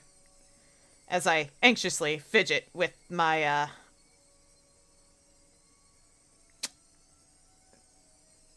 with my pajama pants. Let's see. An advertisement for the first 2 parts pops up in the bottom corner. But that insane night was continuing. Haven't the sirens of instinct been wailing in my mind for a while now? Maybe they're being drowned out by the cicadas, or whatever this weird ringing in my ear sound effect that plays in this moment, which sounds like distorted cicadas, is probably what it is. Warning me that Rena and Mion were strange. That I needed to be cautious. The warning sirens were so freaking loud, it felt like my head would split in two. Rena? I actually have something to... No, you don't. Something to do? Like what? Is it murder? Like what? I just have something to do, okay? If you had something to do, why didn't you say it while Mi-chan was here? I already told her to meet us at the dam site before we split up. Rena was smiling. Not according to the little frown she has in her picture there. But, sure. But her words made her discomfort clear. Sorry, I just kind of missed the opportunity to say so. That's a bullshit excuse.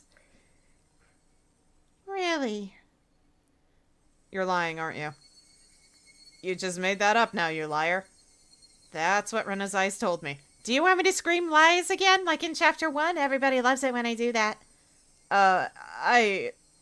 My head hurts. I might have a cold. So I wanted to go get it checked out and get some medicine. I got medicine right here, bitch. Let's go. Really? That wasn't really a lie. My head did hurt a little bit, so I wasn't lying. Rena, she couldn't figure out if my head hurt or not, just by looking at it. Then, I guess that's that. I left my laundry in the oven. It'd be the best. I would love to hear that. After staring me in the eyes for a few moments, she fired a sharp, needle-like stare at me. Funny you bring up needles, considering Chapter 1's events. With the needle in the mochi. Anyway, the tension in my body loosened, and I felt like my knees might buckle. If you're going to the clinic, then you should go soon. Sometimes they close early. Thanks. I'll do that. Make sure you go, okay? To the hospital? It'll make shit a lot easier when you're already surrounded by medical staff. I will. Go. For real. I will. It seems like Rena had realized I was going to refuse her invitation for a while now. With how serious she looked, she might actually call the clinic later to make sure I went. I couldn't say anything careless. Lying about getting checked out was just an excuse to decline her request in the first place. It didn't matter whether I actually went. Yeah, I'll go. If you want, I can bring you the bill tomorrow. Oh, that would be good. Be sure to bring it, okay? Rena will look at it then. Another tingle started crawling up my back. Hey, Casey, how about I help you get there? The ambulance will get you there faster if you have a broken leg. Oh, God. I was gonna make a joke about, like, Tingle from Legend of Zelda crawling up his back, but nah, I got too distracted by just violent Rena thoughts. Anyway. There was no ignoring it. Rena and Mion must have been monitoring my movements. That wasn't normal. Far from it. All of it was insane. Even the cat agrees. Right, Willow? It's just insane. It's just insane. As you handle my wild pats on your head. Merp. Merp.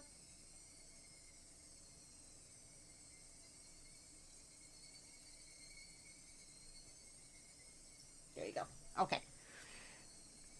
I did what I did because I wanted my peaceful life back. But what on earth was all this? It was far from peaceful. Something had gone mad, leaving the world out of order. Almost like that episode of Billy and Mandy when Mandy actually smiled and, like, the whole world fell into ruin and, like, there was a tear in the fabric of reality or whatever. That's what it feels like right now. With the other Keiichi Maibara, with those creepy footsteps I've been hearing, with Rena and Mion acting so curious. And, like, I wonder why they're so curious, considering you blurted out the fact that you knew her uncle was going to not be home at a certain point.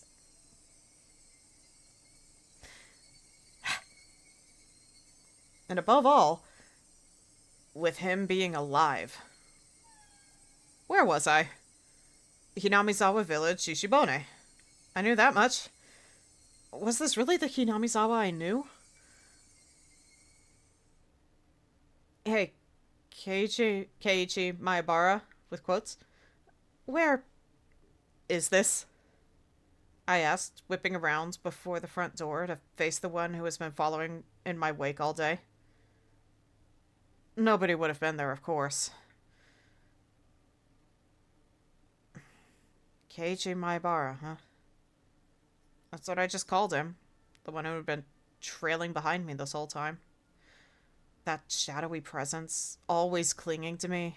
Like it was constantly watching for the opportunity to change places. Hey, morning, Yatsu. How you doing? Footsteps always following me was another impossibility. It could have been a ghost. So it was just... or it couldn't have been a ghost. I mean, it could, but you're gonna assume it couldn't. Anyway, so it was just impossible. So the strangest must have been my ears, my head, or Hinamizawa. Everything I could see was the same exact Hinamizawa I knew so well. And that gave me the creeps.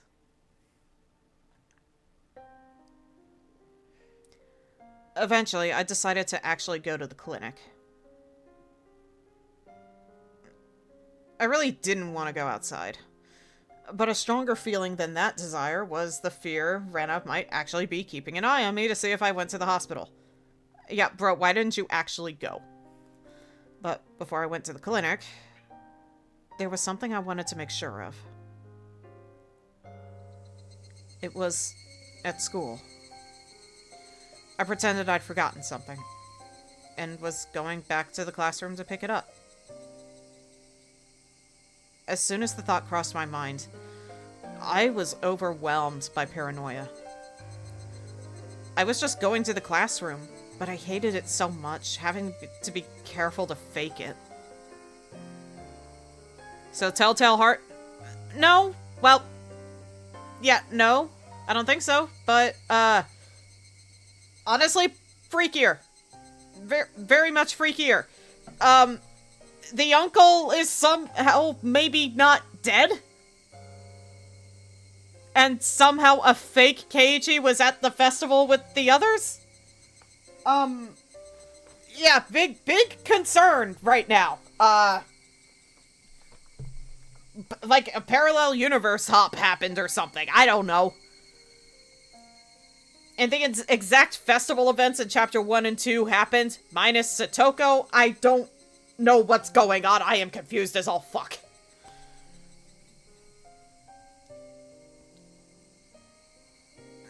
So, yeah, that's what I'm concerned with, because I remember thinking, hey, Keiichi, you need to make sure the guy you kill is the uncle. He made damn sure it was the uncle that he beat up. He made sure he beat the life out of it. Like, he was like, all right, let me give you a few more hits just to make sure you're actually dead.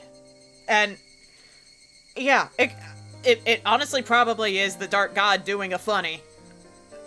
But, yeah, Satoko even said her uncle woke her up this morning, which should be impossible since, you know, we killed him and buried him, but...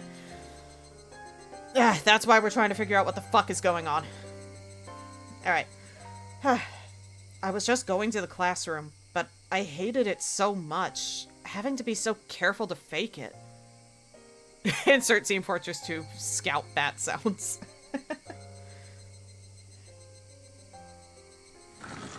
After carefully verifying once more that nobody was watching, you're checking to see if the bat is in there, aren't you? I went over to the locker. Yeah, Satoshi's locker. I committed the crime with the bat I found in this locker. Satoshi's bat. And then, I had thrown the bat into the swamp. Which meant, the bat shouldn't have been inside.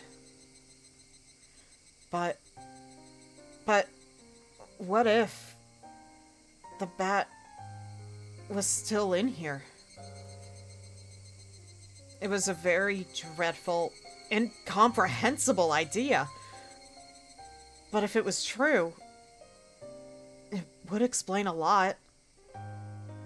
If the bat was in here, yesterday's events would have all been a delusion. No, an illusion.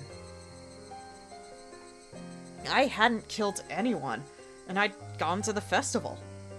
I had a great time rampaging about with everyone. It would prove that Keiichi Maebara was really me. Proof that I was only under some strange assumption that I had killed Satoka's uncle. Proof that it had all been a wild fantasy.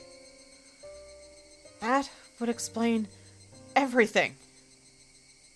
See, the more you're emphasizing that it would explain everything, the more convinced I am that the bat is not gonna be in the locker.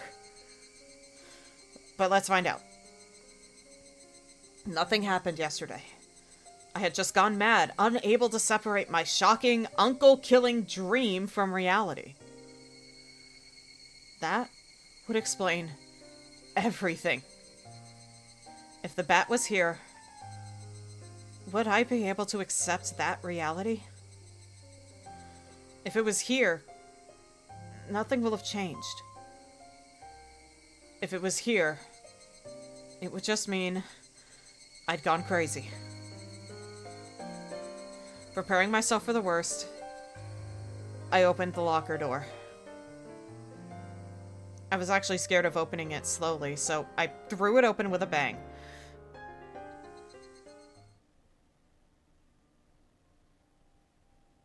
Survey says...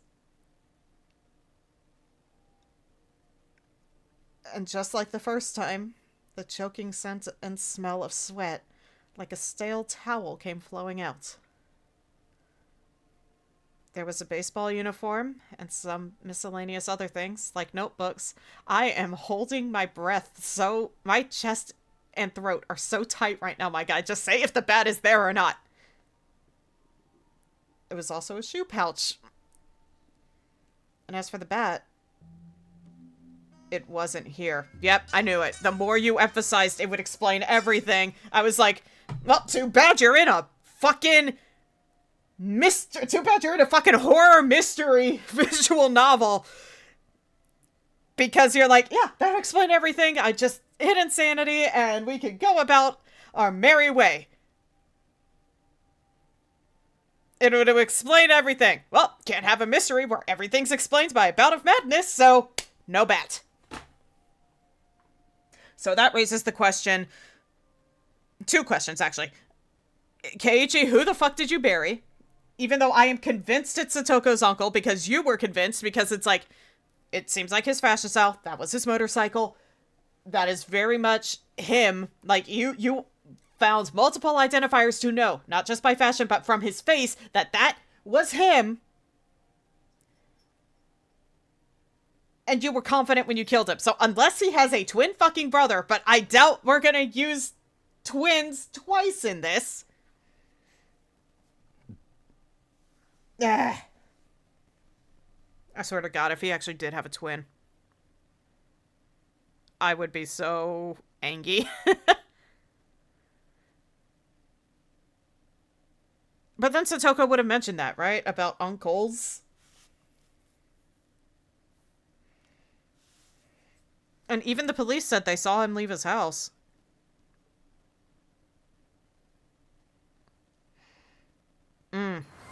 The mystery. Ganva, thank you for subbing with Prime. Much appreciated. Now I get to update the sub goal. Hold on. Hold on. One day I'll actually have an automatic meter for this, but for right now, I am lazy. But yeah, it's like evil doppelganger, like...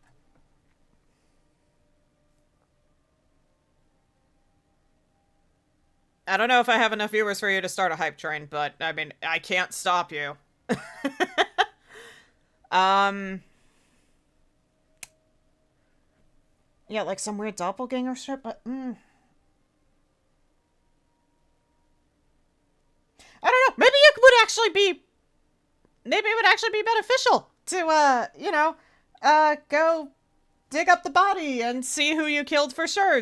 And then be like, all right, now to move the body into the better hole that I already dug and throw him in there and then get the other shovel back and, clean up the little bit of mess that I left behind. That sort of thing. Maybe you should do that.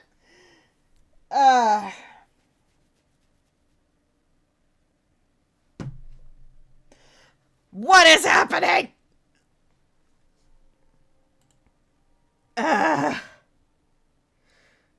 It was how I left it when I took the bat out. Okay. Next step. Next step. If off chance, maybe, because when you took the bat out, you left it by the, construction vehicle thing. Go check over there, see if it's still there. That should be step number 2. There was no doubt. Yesterday really happened. Now that I knew I wasn't a lunatic, well, there's some bout of lunacy happening here. I felt relieved. But at the same time, if I wasn't the crazy one, then Hinamizawa was. And that was evidence of a reality I found just as difficult to accept. There was noise, somehow, creeping into everything I saw, and the world was losing a tiny bit of color. So, what did I know about last night? What did I know about last night now? Now that I'd made sure the bat wasn't there, I didn't need to be here anymore. Shall I go? For real, to the hospital. On your way out, check by the vehicle.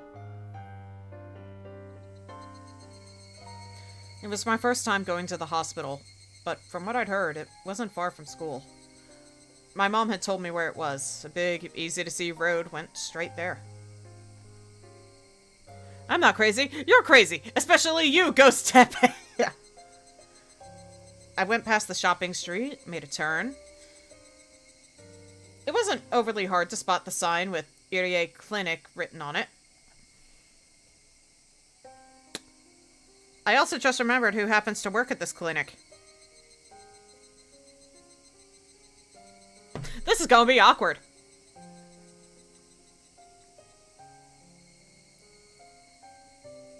Yatsu apparently has the perfect meme for this. There was one other person, an older man, there in the air-conditioned waiting room. I love that little gator, like, sign holder. That is actually adorable. I want one. I have no reason for it, but I would love it. Yep. Markiplier's, well, I did everything I could. And so did you. Let's see. There was one other person, an older man, in the air-conditioned waiting room. I went up to the counter and told them it was my first time here. The man behind the counter glanced at the clock, said there would be a short wait. And said. It was almost 5. Clinic hours would be ending soon. As I sat in this unfamiliar waiting room, isolated from everyone, and let myself feel the cool air, I actually felt relieved. What should I tell the doctor when he comes? I could tell him I had a cold, but I was the very picture of health. As far as you know. Oh, what about your ankle? What about your ankle? Actually, I wanted him to check my head. I wanted someone to confirm for me whether I was really sane or not. Keiichi Maibara-san? Please, come into the examination room. Huh? The voice.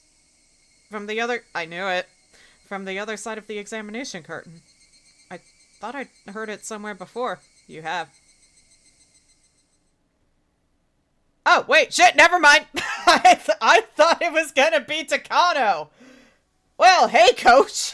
This is interesting. I was wondering when we'd see you again. You felt too important a character for them to just drop off. Hey, Coach, how's it going? Forgot you were also a doctor. I thought he's a coach, not a teacher, but he is a coach for the sports team, baseball team specifically, and apparently did have medical knowledge, as we learned from a brief interaction in the school's clinic. So, yeah, it's just as we forgot about it. Okay. I mean, I was wondering earlier, I was like, man, wonder when Coach is gonna show back up. Right! His name is fucking Irie. This is Irie Clinic. Oh my god. His name is Irie. This is, hold on. Irie Clinic. Yep, this is his clinic. Okay.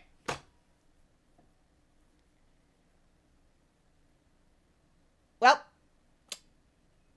I was like, man, Irie, that looks familiar. Maybe it's because I've been to this hospital before. I was like, I don't think that's Takano's first name. Pretty sure. But I know I've heard the name Irie somewhere before, recently. Oh well. Probably just remembering it from when we visited in chapter 1. No, it's because he, as I swing my arms around and throw my hands on the arms of my chair. Hello. This is the first time we've seen each other here. Coach, you were a doctor? Now that you mention it, he did seem to know his way around when he was looking at my shoulder in the nurse's office. It makes sense if he was actually a doctor. Come to think of it, our teacher called him Irie-sensei, didn't she? Well, yes, I'm more or less a doctor here. Doctors have it really good, you know. You get to see it. I'm not saying that! I'm not saying that! I forgot how much of a fucking freak you are!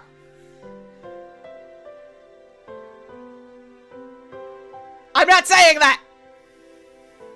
Thank you very much. Just seeing that made my colds go away. I'll be leaving now. Get the fuck out of there, Keiji. Polite bow. He actually said it. Thank you very much. Just saying that made my cold go away. I'll be leaving now. Polite bow. Whoa, wait. Maibara-san. A joke. It was a joke. Don't joke about touching children like that, sir! My name is literally on the fucking clinic page. I mean, it took me a moment to remember. Anyway, come, sit down and let me take a look at you. I'll need to use my stuff. I'm not saying. No. Shut up. I don't care if you actually have a good heart and care about taking care of Satoko and have actually considered adopting her before to get her out of her abusive situation. I don't care when you make jokes like that. I hate it. Ah! I know, different eras, but still, it's just, hate it. I've also read too many creepypastas about bad shit happening to children lately, so, and not by choice, they just always come up and it always goes that way. God damn it, leave children alone, damn it. Anyway, for some reason, I felt really relieved. After that insane night, as much as I thought everything had gone crazy, Coach was here doing the same thing he always did, being crazy in his own way. I was very happy for that. You don't seem to have a cold. Actually, those scrapes and cuts all over you seem to be the painful thing.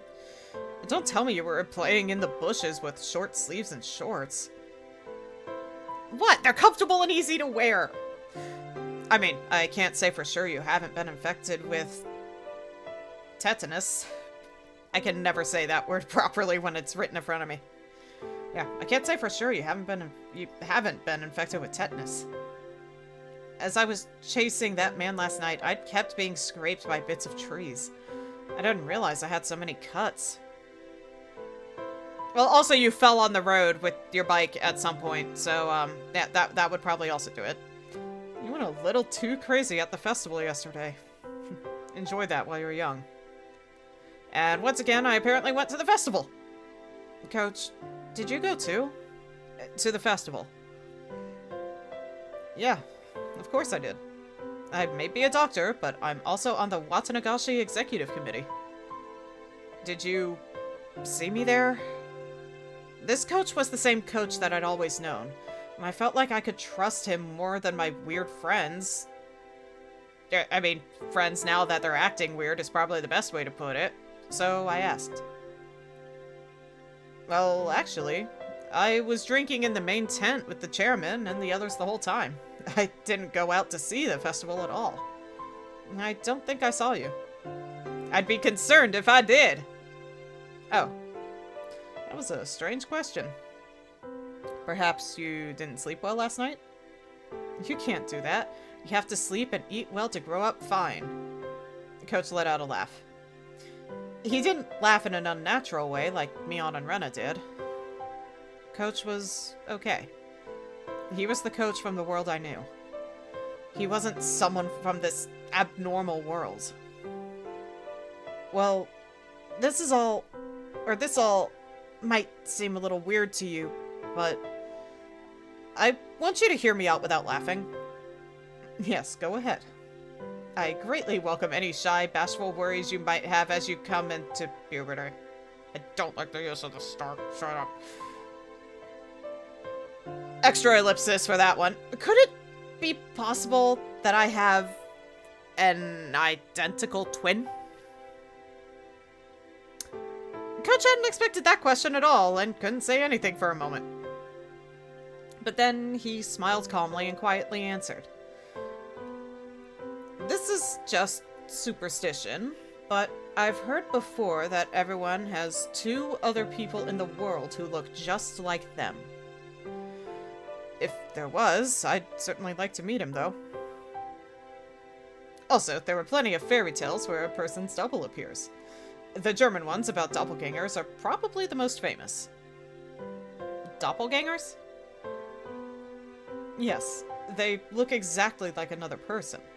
Apparently, they herald misfortune, and if you meet one, you're sure to die soon. I think that's how it went. When you meet them, you're sure to die soon. Yeah, I think the other music was supposed to cut out on that bit, but anyway. Warbly noises. The story ended directly in death, plain and simple. It made my spine tingle. Goddamn, get these little green dudes out of here. The coach wasn't saying it to scare me, though. He was just offering a casual anecdote, but that made it feel all the more real. Have you ever heard of one of those things showing up in Hinamizawa? What? Well, I can't say that I have. The coach must have thought he was being teased, so he laughed in an exaggerated way. But when I didn't smile along with him, his laughter steadily grew fainter. I'm sorry. Well, I was sort of being serious. No, I apologize for laughing. Was there something you were worried about? I wondered if I should tell him. Then, after resolving myself one final time, I slowly spoke. I didn't go to the festival yesterday. Is that right? Well, there will be one next year, and then you can... That's not what I meant. I didn't go to the festival, but according to everyone else, I was there. Could that even be possible? After blinking his eyes in amazement, Coach thought seriously about what I was trying to say. And he answered, choosing his words carefully. let me make sure I have this straight. My Barakun, you went to the Watanagashi Festival, but don't remember it. Am I right? I was trying to say something completely different, but I suppose any sane person would come to that conclusion. Whoop. Sorry. That night, Keiichi Maibara was actually at the festival, but I was saying I didn't go. That obviously meant my memories of going there had failed me. But that was absolutely impossible. That vivid act I committed during the downpour couldn't possibly have been an illusion. All these scrapes on my body prove it, as does the fact the bat wasn't in the locker. No, that's not it, Coach. I really didn't go to the festival. Please don't take offense, my Bara-san. Have you ever had an experience where you were suddenly somewhere unfamiliar and you couldn't remember why? No, and I didn't lose my memories or anything, because while the festival was going on, I was definitely doing something else. It wasn't like I was asleep and unconscious or anything. You're certain you were doing something else? I know I'm being awfully rude, but are you sure you're not mistaken? I know I'm not. My memories are clear as day, and they were real. During the festival, you weren't at the shrine, and you were doing something somewhere else. Can you definitely prove that? Well, you see, about that, I mean, technically, yes. Morally, probably no. Unless we could find some, other non-law breaking way to prove it. That's right. Thinking it through brought me to this. There was only one way to prove that I really wasn't at the festival yesterday. And that was to show that there was no doubt I had killed her uncle. Coach saw me struggling to answer, and his eyes looked a little cold. I guess they would. After all, from Coach's perspective, I was just a weirdo spouting nonsense. Would you like to lay down? Maybe you should relax and take it easy for a bit. Sorry, I didn't really come here to lay down. You seem to be a little worked up. Why don't I give you a sedative that'll let you sleep for a bit? Don't follow this line with a joke. I swear to Christ, don't follow it with a joke right now, sir. That way, I'm not being strange. I realized Coach was treating me like a deviant, so I raised my voice. I apologize if I've offended you. So please, calm down. I definitely didn't go to the festival. That's the truth. I understand, so please, calm down, take a deep breath. Well, he was making jokes earlier about sedatives and maids and bleh. Anyway. No, you don't understand at all. Coach was stunned and stared in stupefaction. I do understand, my Bara-san. You didn't go to the festival yesterday. Is that right? I believe you. I believe you. As he's hiding the sedative behind his back, Coach jotted down a brief note in his records. He was writing it in German. How would you know he's writing it in German? So that his patient wouldn't know what it said. Uh-huh. How do you know that it's German? But I can make a good guess as to what he wrote.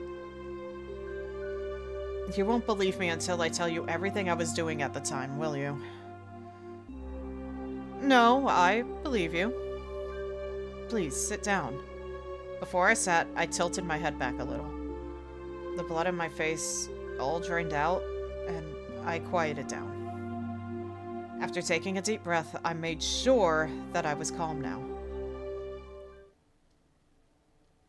It would have been impossible for me to be at the festival, because at the time, I was... Should I tell him or not?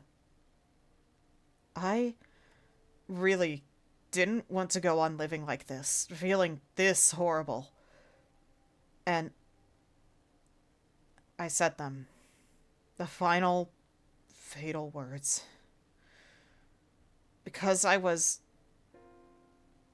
killing Satoko's uncle at the time. I could smell the concrete in the room. I could feel the air around us sharpen. Nobody moved. Only the sound of the clock ticking told us time hadn't stopped. With his mouth wide open, Coach even forgot to blink for a little while. You killed Satoko-chan's uncle? Yeah. It's fine now, Keiichi Maibara. Don't hesitate. Admit it, with all your strength. Yes, last night, I did it. I killed him. I spoke clearly and fluidly. I could easily tell that Coach's mind had gone completely blank. Why would you... No, that was a foolish question. I believed it was the most direct method of saving Satoko, so I carried it out. I don't have any regrets. I see. Coach smiled thinly and nodded a bit. So I couldn't have been at the festival. I left the brightness of my house for the darkness of the outside. After that, I dug holes, made phone calls, had my hands full. And then I attacked him, killed him, and buried him. It was pouring hard at the time. The festival started that evening, but was suspended due to the rain. There were no gaps in my memories. From the late afternoon until it started to rain. There was no time for me to possibly have gone to the festival. And those wounds, are they from that? Yes. There's a road through the forest near Satoko's house. I attacked him there. He ran, but I chased him and finally killed him near the road that leads to town. Is that true? Killing her uncle. It wasn't some wild fantasy. I could tell that Coach didn't believe me. So I spoke slowly, not letting myself grow excited. It's true. I killed him with Satoshi's bat. I threw it and the uncle's motorbike into the swamp. I dug a hole, killed him, and buried him. I did it all by myself. Satoko-chan's uncle drove past you on a motorbike, did he? Then you predicted he'd do that and just waited? I assumed he wouldn't be leaving his house that day. So I lied to him over the phone to get him out. You called him? But your house is so far away from Satoko-chan's. I wouldn't think you'd be able to make it there so soon after calling him. I used a phone closer to where I was going to attack him, the one at the school. You're just laying it all out. But, Maibara-san, it was Sunday. Wouldn't the school have been locked up? A forest ranger happened to go inside for a bit. I slipped in when I had the chance. After that, Coach grilled me on a few different things regarding the incident. He made sure to question me carefully, looking for any contradictions in my account. I'll believe you. What you did yesterday, doesn't seem like a dream. I explained everything, including minor details that only someone who had actually committed the act could explain. You're really good at digging graves, aren't you, KG? Especially your own. Yeah. Yep. Because, who's to say Coach won't fucking report this? Watch them make a blood pact. I swear upon this seal. I could, of course. It was only yesterday.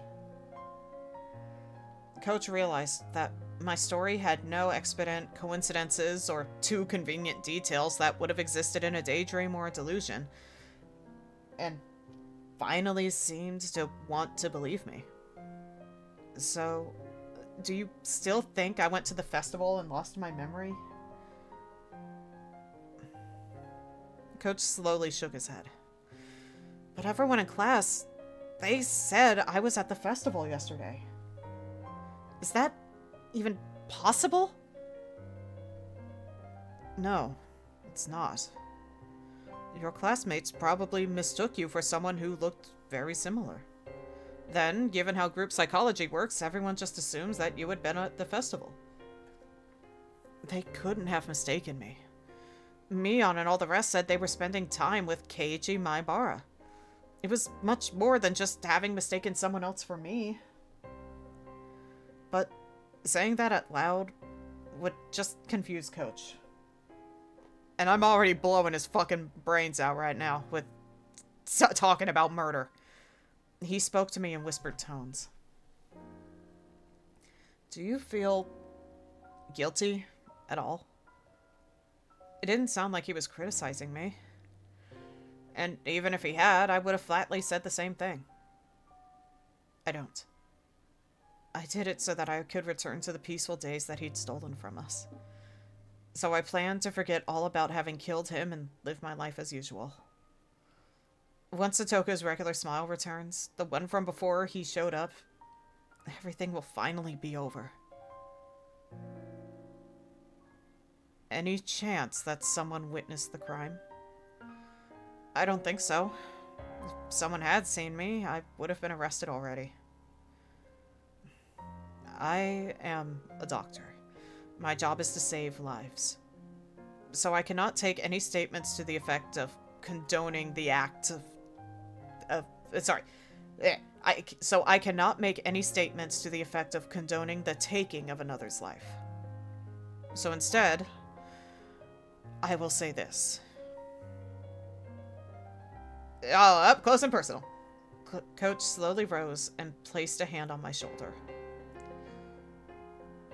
For saving Satoko-chan, I thank you. Coach's eyes started shedding warm tears. When I looked at him, I started to feel some tears of my own. I didn't know what I was crying for. And so, for a little while, the two men in the room fought back their tears. But it's strange. What is? I'm sure I killed him, and yet he seems to have returned home alive. Coach's expression immediately sharpened.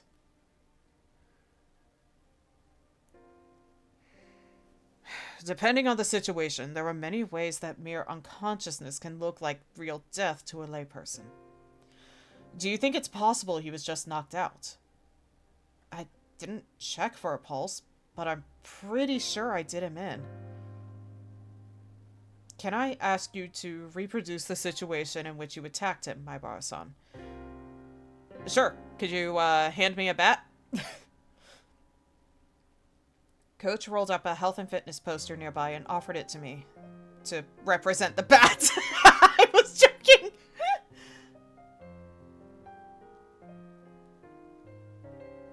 Though I may have been lost to the emotions of a beast that night, I remembered in detail the number of times I swung the bat, the angles I had swung from, and the force I had applied. Using Coach as a stand-in for the uncle, I reproduced them over, one by one. And when he tripped and fell, I bashed him in the top of the head like this. When I did, it felt different from the other strikes. I thought I'd cracked his skull. Coach was calmly analyzing this information, using the places I'd struck and the situation at hand to find out what state Uncle's body had been in. I wasn't totally sure he was dead, so I hit him a few more times after he fell. Did he react at all? At first, I sort of felt his body jolting with every hit, but eventually that stopped too, and he didn't react at all.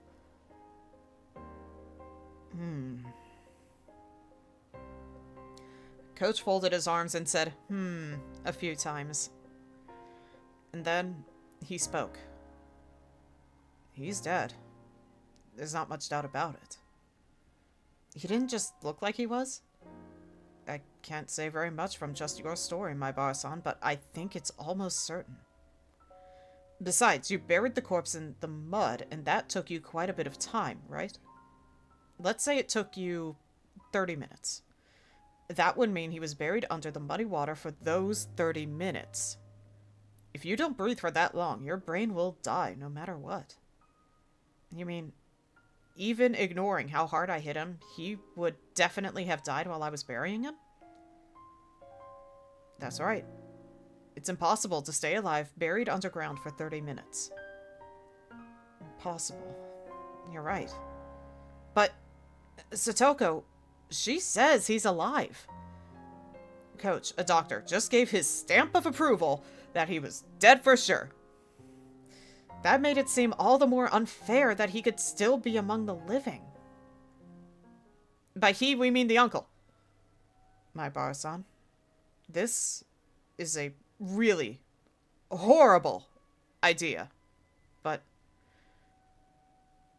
Hydration check! It's a horrible idea to do a hydration check, but we're doing it.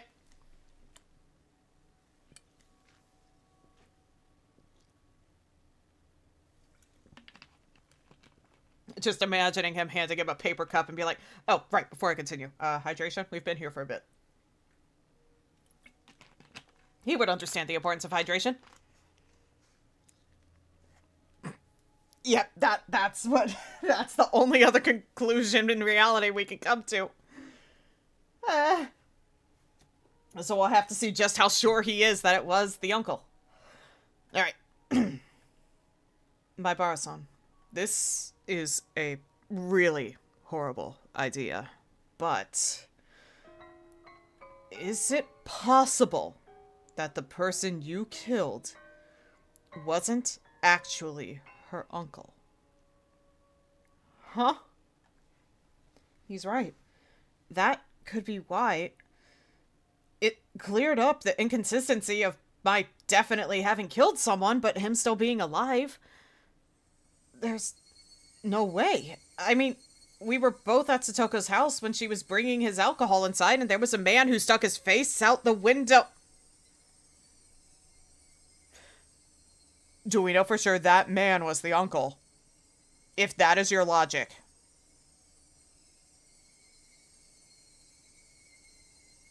Oh, God. Keiichi, listen, honey, baby. I was so confident in you, son, that I was defending you like, no, you were positive that this was her uncle that you were killing. You saw the face, you everything checked out for you. You were so confident that that was her uncle that you killed. I am with you 100%, buddy. Now I'm like, how sure were you? You're confident you killed someone you saw. Watch Yurie say, that wasn't her uncle. Oh, Jesus fucking Christ. Well, I guess it's a good thing you already have a hole pre-dug. Time to go do this again. Time to go fish the bat out of the swamp and take 2. Still kills an abuser. Yeah, but more than likely. Absolute, yeah. Anyway. I mean, we were both at Satoko's house when she was bringing his alcohol inside, and there was a man who stuck his face out the window to look. It was him, right? That was Satoko's uncle, right? Yeah, okay, no, okay, all concerns brought back down. Yes, you're not wrong. It was that man. Or are you saying, okay, that man was the uncle? Or, hold on, okay, hold on. I'll let him finish. Before panicking further. That was Satoka's uncle, right?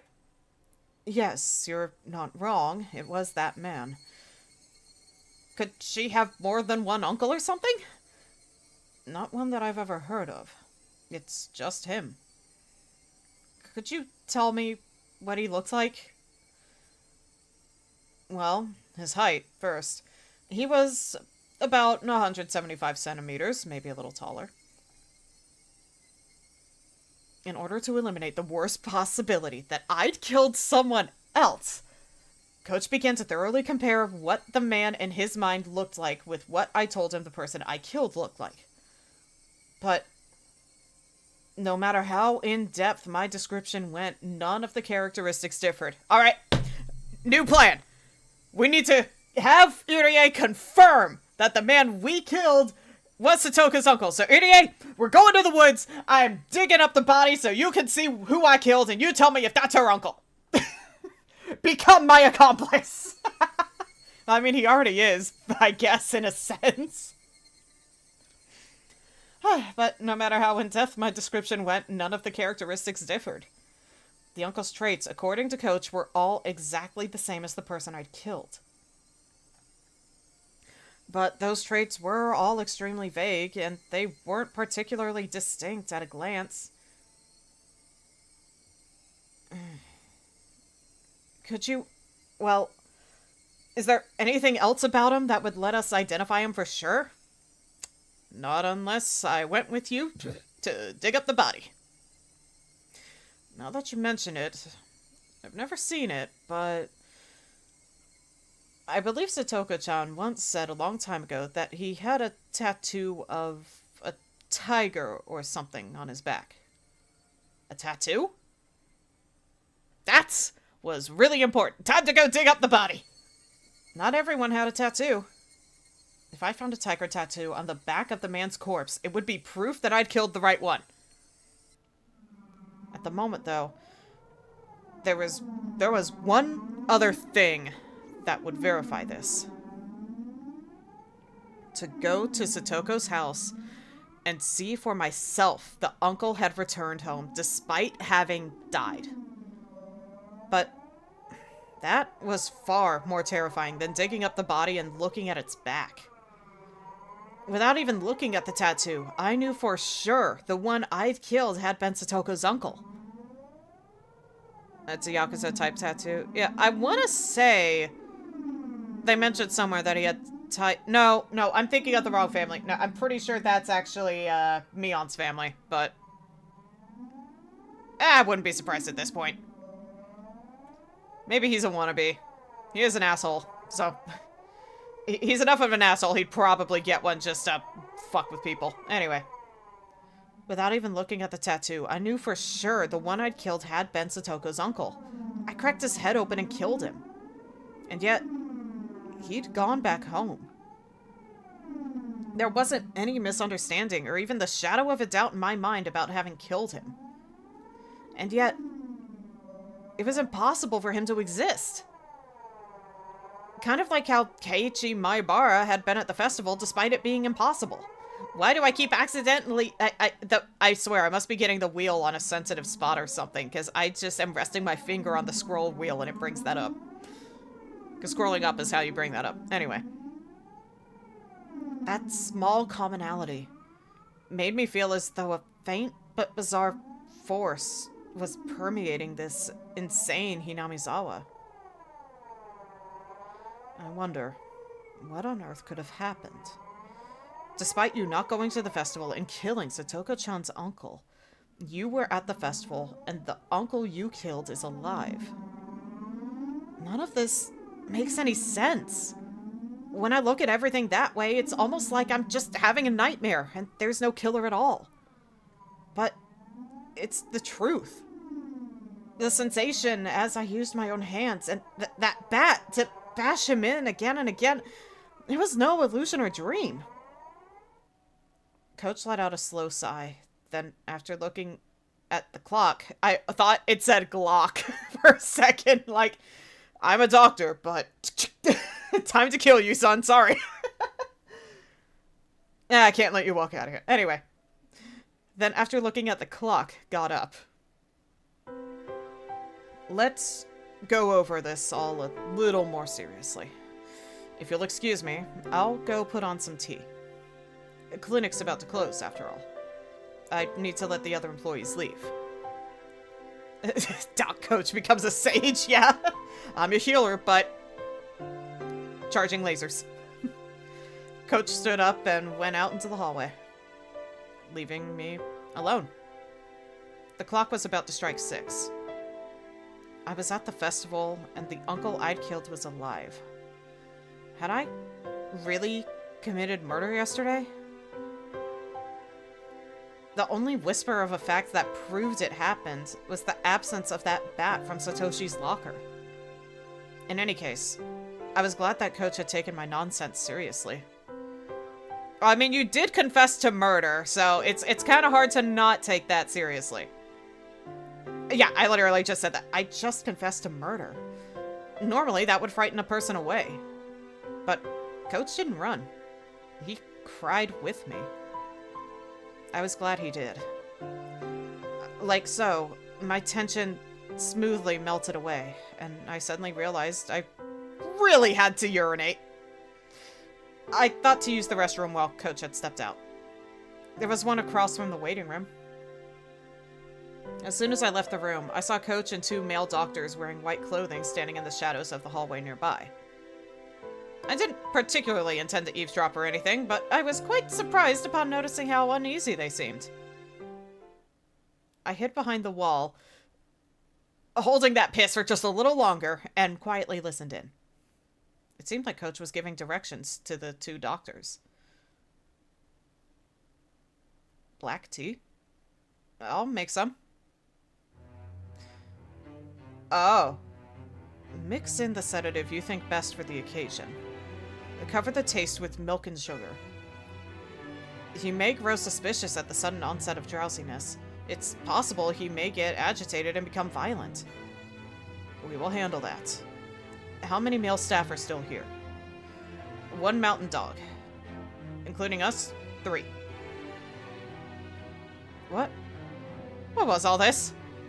I think I was already agitated, despite what Coach said. Was that it? Was it just a casual conversation, and it was only sounding unbelievable to me? Coach said he would bring some black tea and left the room. Did he say black tea? I thought he just said tea.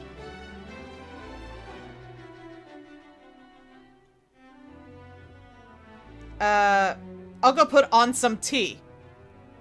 Need to let that. Yeah, that's what he said. He didn't specify black tea, son. Anyway. And then, in the shadows, he was telling his subordinates to put some kind of sleeping powder in the tea. Plus, they were getting extra help. In case I thought the sudden sleepiness was suspicious and started getting violent. Hey, wait, Keiichi Maibara. Calm down, calm down. There's no way something this stupid could be happening. I mean, he was genuinely listening to my story, and he even cried with me. I thought he was the one person in Hinamizawa who would understand. This was... No, this was... There are signs of fabrications or falsehood, and his memories of yesterday in particular are completely confused. He can no longer tell truth from falsehood. It's quite similar to multiple personality disorder. But as for how quickly this mental disorder emerged, it's just not normal. Maybe it's inborn, or perhaps there were signs of it before he moved here. I'd like to take a look at any records of him staying at a mental hospital before he moved here. In any case, I want him to take a quiet nap. The 2 doctors nodded deeply.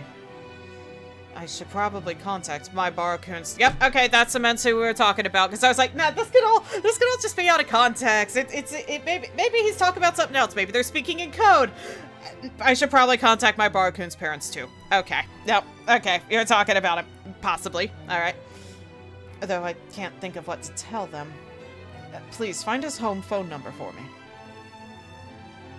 my eyes, still moist, began to shed tears once more. This was too cruel. I really thought he had actually understood and had believed what I told him. But now, from the other side of that wall, he was bluntly treating me like a crazy person. I believed you. I believed you. I had let down my guard because I thought you were the only ally I had left after that insane night. Was that a lie?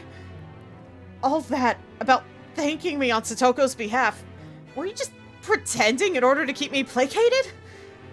And my tears fell to the floor in frustration. I was an idiot. I was an idiot. I was such an idiot for believing that bastard. I heard footsteps approaching the doctors. A man in a dress shirt with no tie came running up. Dr. Irie? It's terrible. They found Takano-san. Takano-san? Wait, where? Well, apparently they discovered... She was the one who burned in a barrel. Did she do it to herself then? Like, what?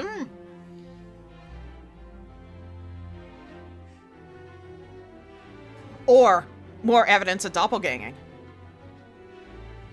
But he wouldn't believe him at this point anymore if he's trying to fucking... If he's trying to fucking sedate him, he's like, wait. I saw Takano last night. Anyway, apparently they discovered her burnt corpse in the mountains in Gifu. She's dead? Takano-san? The men, all surprised, exchanged glances. Dead? Takano-san? Hey, wait. So then, does that mean when I cursed her, wishing for her death, that wish was granted? What do you mean, burned corpse? Was it an accident? According to the statement from the prefectural police department, the possibility is extremely high that she was murdered. Yeah, because who the fuck would do that to themselves? But... Huh. This is quite a mystery. Anyway. As I cried, I laughed quietly. Serves you right. Serves you right. If I hadn't run into that woman, my murder would have been perfect. Ignore the fact that I most likely shoddily buried that body. But she just had to come driving up to me and tried to coerce me like that. I regretted not having killed her on the spot, but now she was dead anyway. My curse, my wish for her demise, it was fulfilled. Serves you right. Serves you right. Risa-san. Risa? Who the fuck is Risa? Risa-san died, and Takano-san died. What on earth could be happening in Hinamizawa? Don't tell me that this was all Oyoshiro-sama's curse for this year. Like hell, I'll let the curse be real, Coach said. Everyone present just nodded as Coach cursed at no one in particular. Yes, maybe it wasn't Oyoshiro. Okay, yep, we need to get this lad the sedative. He's getting a little cuckoo. Yes, maybe it wasn't Oyoshiro-sama, but this was definitely a spell, a curse. I wished for her to die. So she did. I am becoming Light Yagami. I want you dead, you dead. Oh my god. If this wasn't just a coincidence and she died because I wished for it, then you'll die. Yep. Mister, man, I really should feel uncomfortable about killing. It's totally fine to feel uncomfortable right now, too. I'm just gonna kill everybody who gets in my way. It's truly becoming Light Yagami. Then you'll die next, Coach. Then, dude, why, if this is the case, then why are you not... This is gonna sound so awkward to say upon being raided at the moment, but... if this is the case, if Satoko's uncle is still alive, then why are you not wishing for him to die first? Anyway, hello, Raiders. Omelette, sorry. I saw du fromage and my brain auto-corrected. Violet du fromage, hello, welcome. The drunk Irishman. It's a cheesy raid. I love me some cheese. I appreciate cheese here. I was gonna say we, but I don't know who all is lactose intolerant, but I appreciate the cheesy raid. Welcome, raiders. We are in the middle of Higurashi Chapter 3, and it is getting a little nutso. Well, first off, because we killed a man, but now reality seems to be very confusing, to put it mildly, but it's also so complicated, it's hard to explain. But, yeah, we're just in for spooky story time. How you guys do it? I came for Higurashi. I am here to provide. Thank you so much for the follows, and of course, raiders, I completely understand if anybody has to raid and run. It is all fine. But yeah, and of course, like, whatever you gotta do after the raid, please take care of yourself. Like, if you need to get sustenance, like hydration, get some water, or just any sort of drink, or just some sort of food or something. Or if you have any meds to take, here's your reminder, please do that. So yeah, please just take care of yourself. Do what you gotta. Raid and run is totally fine. Getting food, yes, please do get food. I'll be here until the end of the chapter. It does not feel like this chapter's ending anytime soon, because we haven't even hit the chapter interruption, or like, I forget what you call it when there's like a card that slips in between the middle of the anime episode, but we haven't hit that yet, so we still got some time. And of course, I hope you had a lovely stream. I feel bad for not asking sooner, but what were you playing? I hope it was a good time, whatever it was. But of course, if you went up to get food, by all means, I hope you enjoy your food. We'll be here for a bit, and again, thank you to everybody who followed, and thank you so much for the raid. I hope you all just have fun relaxing as we discuss murder with this line. Then you'll die next, coach. Yeah, doctor thinks he's crazy, so he's apparently gonna try to sedate him. Fair enough, if this is how he's getting. You betrayed me. You pretended to believe me, but deep down you thought I was a madman. At this point, son, for valid reason. You looked down on me with all that pity in your eyes. For now, get the black tea ready. I'll bring it inside. I don't think he'd let anyone besides me be alone with him. I was playing Fork, Knives, and Stuffs. Can't say I am as familiar with that title. I will have to look it up. Go on, though, it's not important. For sure, I'll definitely look that up later, because it sounds fascinating, whatever it is. Alright, let's see. I don't think he'd let anyone besides me be alone with him. Shit. So, what do I do? What do I do, Keiji Maibara? This time I heard the voice of a nurse. Dr. Irie? Oh, there you are. You have a phone call?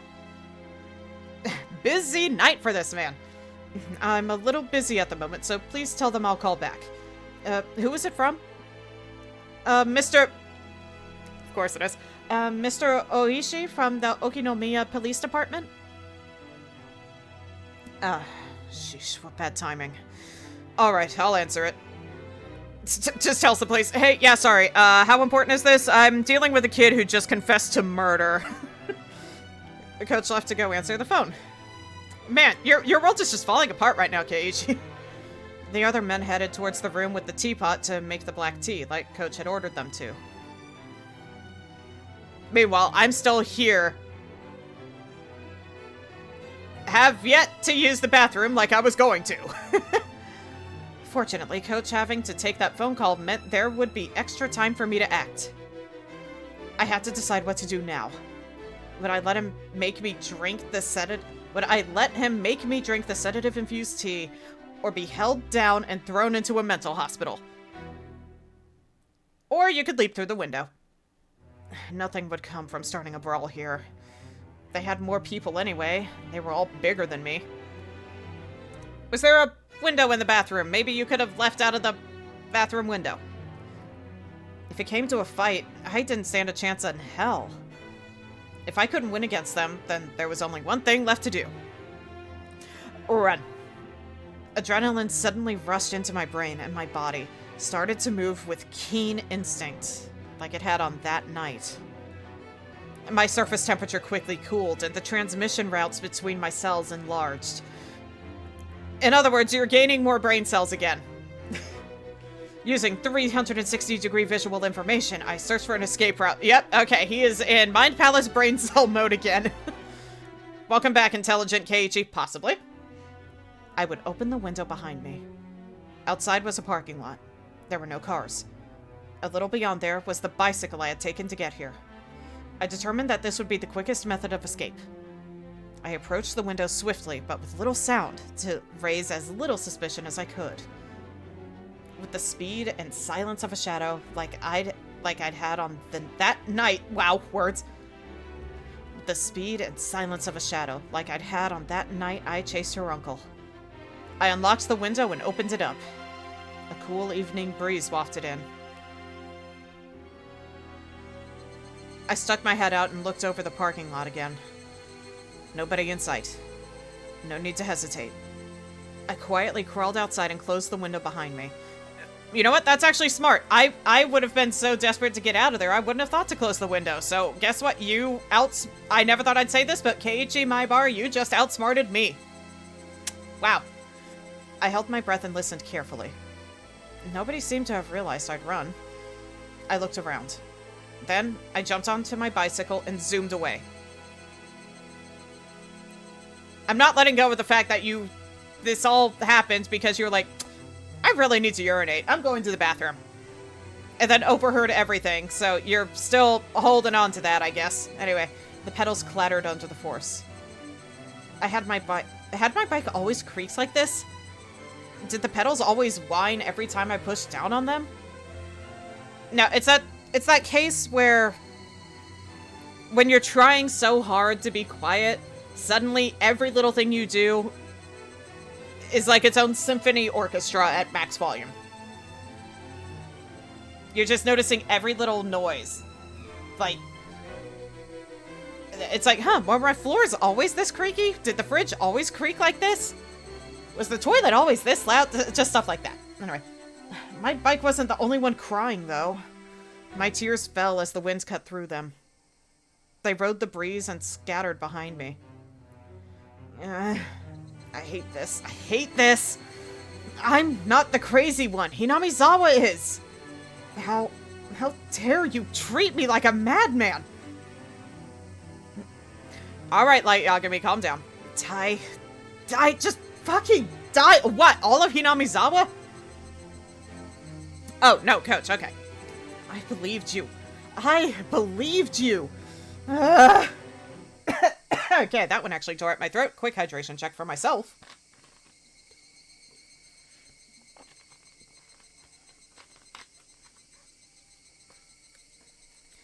I'd gone to the hospital in order to escape Rena and Mion's invitation. But the reality that was waiting for me had been too cruel. Who was insane? Me or Hinamizawa? Or was the answer something else? I'm actually kind of leaning towards something else at this point. I started having trouble breathing. I didn't have any clue what was happening anymore. The loud chirps of the Higurashi were irritating me. Were even the Hinamizawa Higurashi I knew so well calling into the wind? No, that wasn't quite it. They weren't calling. They were crying. Points at the title of the game. The pained wailing of those lost in some kind of rhythm. In another world, no longer able to return to their own sunlight. I didn't do all that to end up in a world like that. And actually, at about this time, I might have been having fun with everyone else.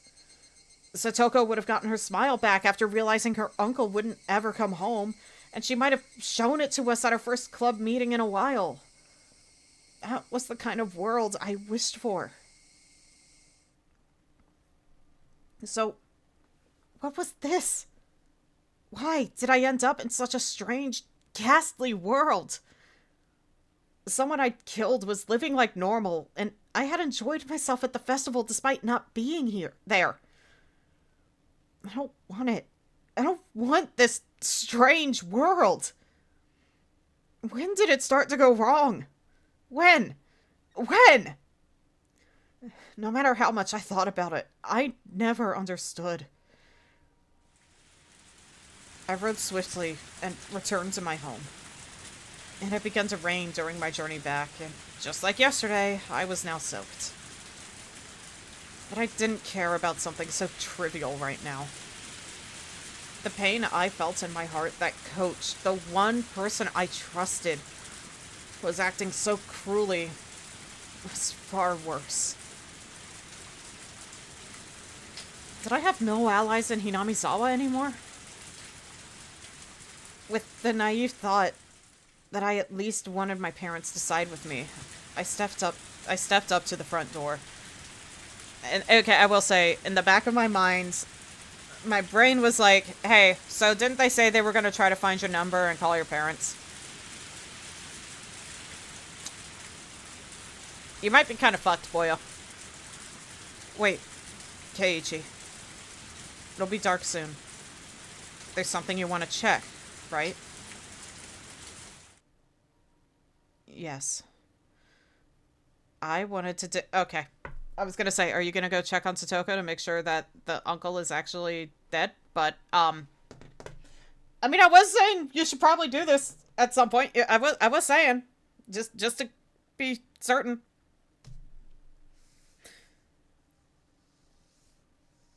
Anyway, it's gonna be a long trip. Have fun! I wanted to dig up the man's corpse and get a look at his back.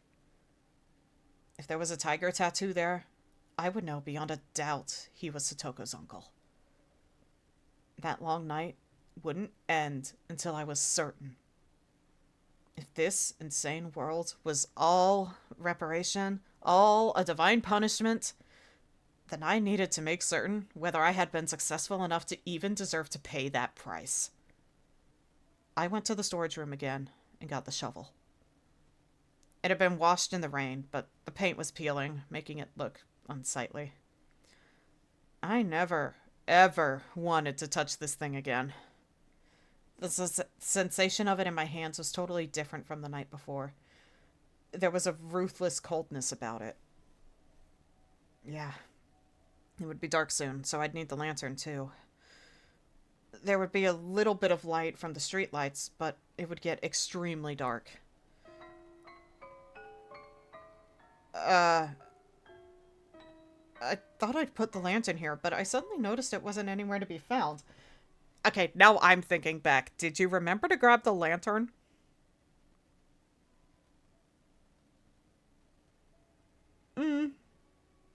Uh-oh. I know he didn't grab the other shovel. Oh, Lord. Then it hit me like a bolt of lightning. Of course. On that night. Okay, you remember better than I do, thank you. I hadn't brought the lantern back with me. I'd left it at the place I buried the body. If I didn't go to get it soon, it would get very dark. And then, not only would I be unable to find the spot I'd buried the corpse, but I wouldn't even be able to find the lantern itself. If that happened, it was all over. I need to hurry. In order to fit the shovel in the basket at the front of my bike, I'd need to twist it and disassemble it. But it looked like there was dirt in the joints, and no matter how hard I pushed, it didn't want to come apart. After a strenuous effort, I realized I couldn't get it apart, so I decided to hold it in one hand and ride my bike with the other. Again.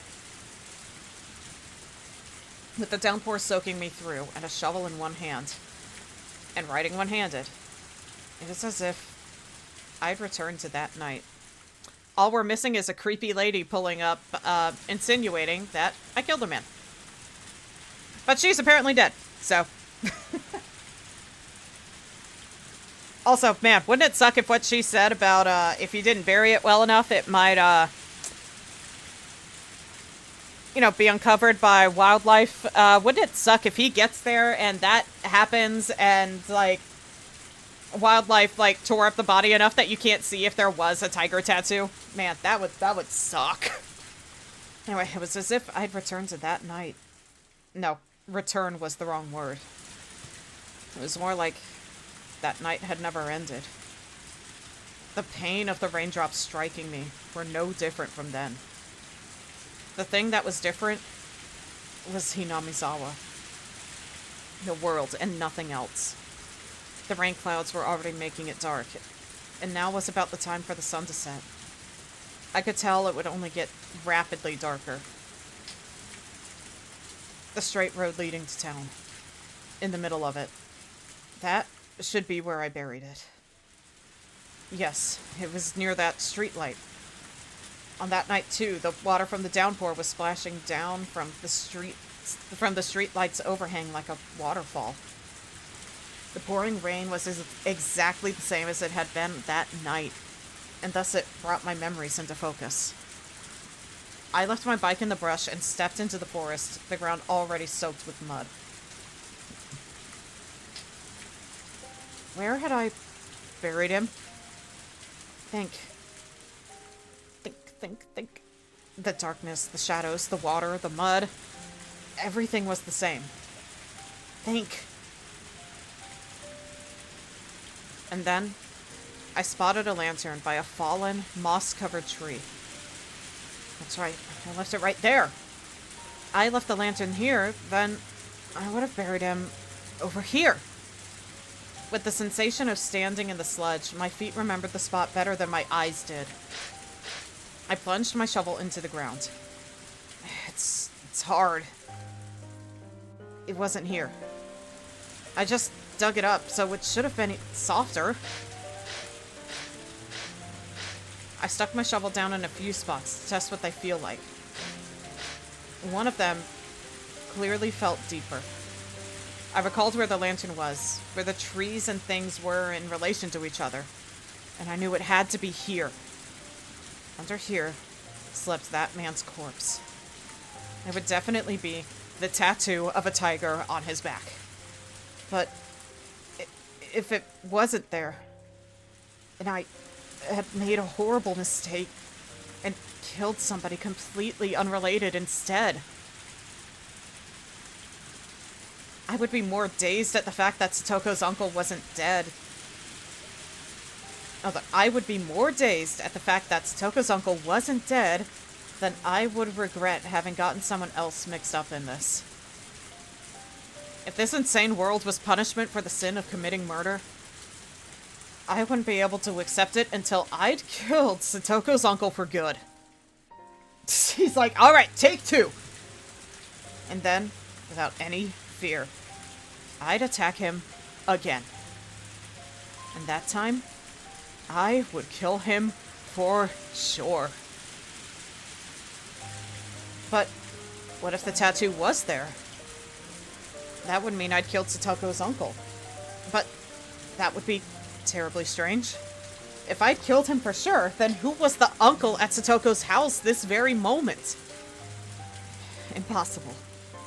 I didn't even know anymore what I was using the word impossible to refer to. I'm feeling like that guy from the Princess Bride, constantly saying inconceivable at this point. Even though inconceivable is kind of fitting right now. I've used the word quite a few times today. If I had to make the words impossible fit just one thing, what would it be?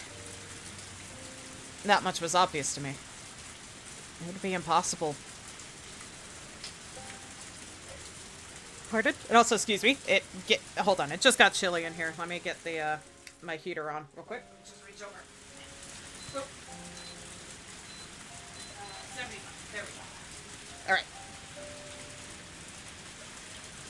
Never go against a Sicilian when death is on the line. That's the answer to all of our problems right now. It would be impossible for this crazy world to be real. I shouted, then turned behind me. There was nobody there, of course. You death flop.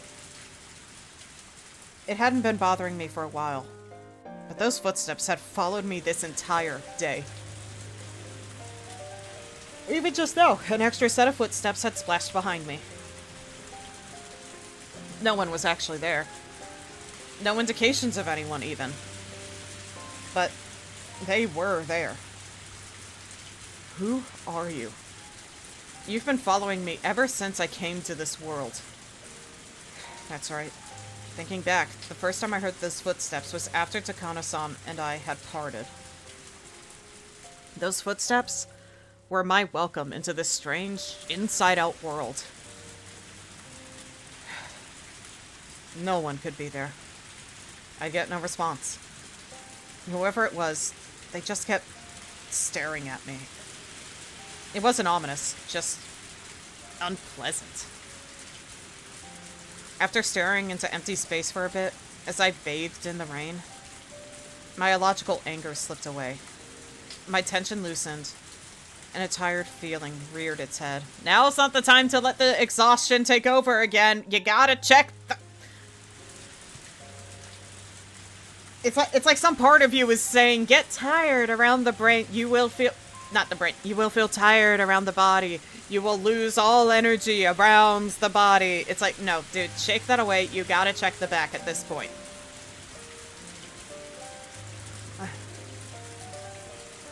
I tasted this feeling that night, too.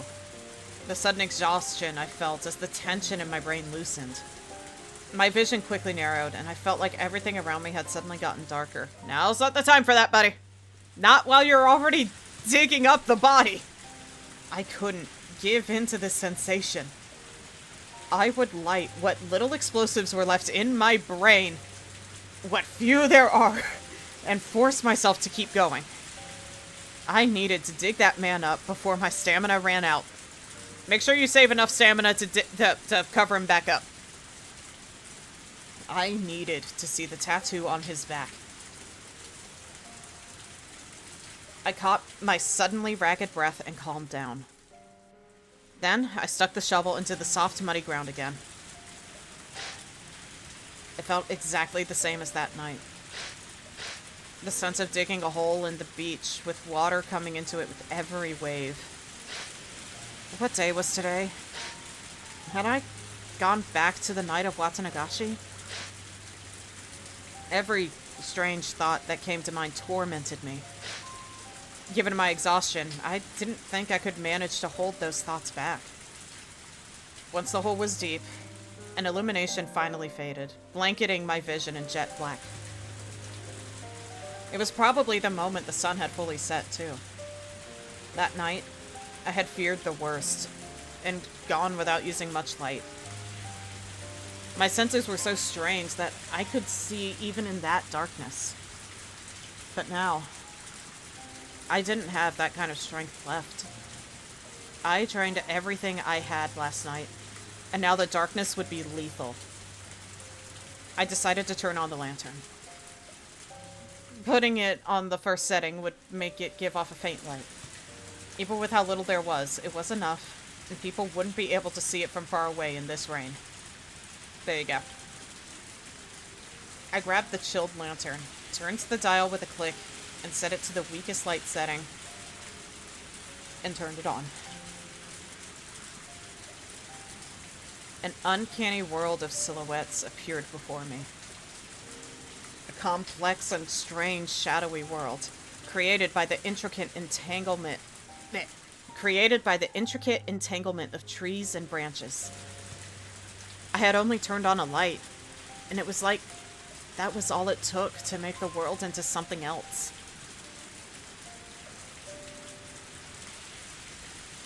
I let out a quick, tired breath and wiped the liquid, neither rain nor sweat, from my brow. Then I raised the shovel into the air and slammed it into the mud. That moment, the silhouettes surrounding me ominously all moved at once. Inside my head, something packed in there. Something coarse, but not hot or cold, was loudly rushing about. The silhouettes were all around me, looking down at me. And one of them, a silhouette bigger than the others, stepped forward. Oh!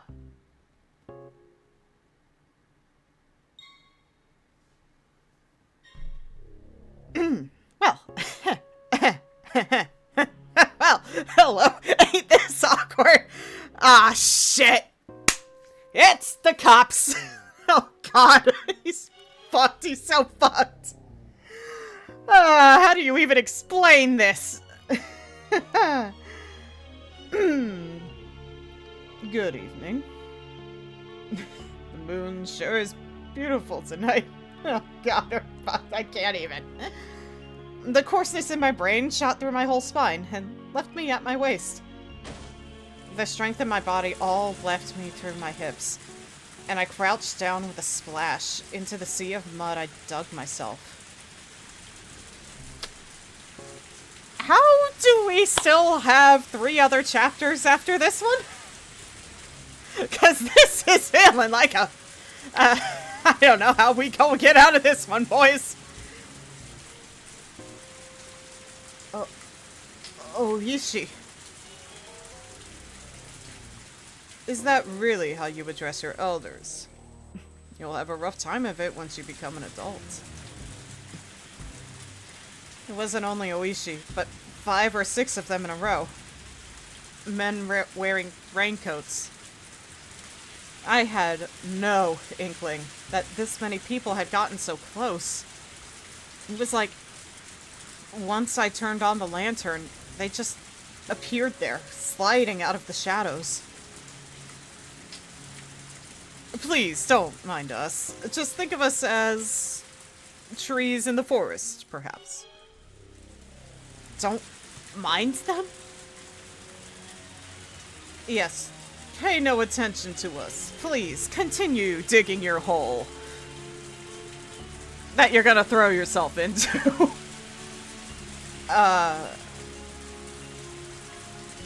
It's very late and raining very hard.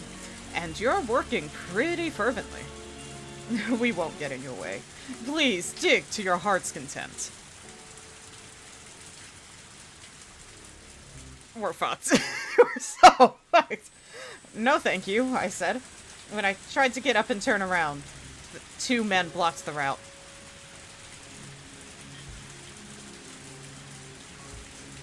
They stood on either side of me and lifted me up with amazing strength, then threw me into the sea of mud. As I soaked in the mud bath I dug for myself, I looked up at the silhouettes looking down at me. Oishi squatted, picked up my shovel, and threw it at my feet for me. It bounced loudly off the mud and hit me in the face. Ow. Come. Please. Continue. Continue. I couldn't bear the oppressiveness of the silhouettes surrounding me, and slowly stuck the shovel into the mud again. It was like I was digging my own grave. If I kept digging, it wouldn't matter whether there was a tattoo or not, because that man's corpse would appear eventually. It was all over. Well, I mean, we got 3 more chapters after this, so we'll have to see just how over it is. Anyway, surrounded on all sides and nowhere to go. But I just couldn't figure it out, no matter how much I thought about it. Why were they here? Was it Takano-san? There was only one person who could have made the connection between me and this place. Shit, I knew it. She deserved to die. Stopping so soon. Bam. Oishi is violent this chapter. Jesus. Oishi kicked me in the back, which took me by surprise, sending me flying into the mud. Hurry up and dig. Please. You really should consider the fact that some of us are standing out here in the rain. Fuck you. If you don't like the rain, then just go home. Definitely not cop behavior. Oishi kicked some mud into my face. Use your hands, please, not your mouth. I just picture Keiichi now flipping the bird at him. Only stage actors do both at once. Isn't that right, boys? The men around him didn't react, not knowing quite whether they should laugh, but when Oishi glared at them, they started mumbling out pained chuckles. Just who was this guy? I knew the world had changed after that night, but if I went even further back, didn't it start when this guy showed up? That was when our peaceful days had been taken from us. Ever since he showed up in Hinamizawa, things had been odd. Everyone stopped smiling, and the world went crazy. The ground under my feet gradually got harder and heavier. At this point, even I started to think something was odd. I hadn't buried him this deep on that night, had I? My exhaustion peaked, and I sat down on the spot. How long do you want me to dig? Kids these days have no stamina. Hey, you. At Oishi's gesture, the men all pulled out their own sinister-looking shovels. How would you describe a sinister shovel? As I watched dazed, one of them grabbed my collar, dragged me out of the hole, and threw me to the ground. The rest of the men stepped into the hole and started The rest of the men stepped into the hole I dug and started shoveling themselves. As I stared at them, dumbfounded, Oishi sauntered over and squatted down to look at me directly. Keiichi Maibar-san. Is this a hobby of yours? Digging holes on rainy nights? When I didn't respond, Oishi took one of the tin buckets they were using to bail out the muddy water, scooped some of it, and splashed the whole thing in my face. He is going straight up bad cop behavior. Previous chapters are like, okay, you got lackadaisical cop, you got silly cop. No, you got bad cop. We're dealing with bad cop. You think I had a good cop side? Nah, bad cop.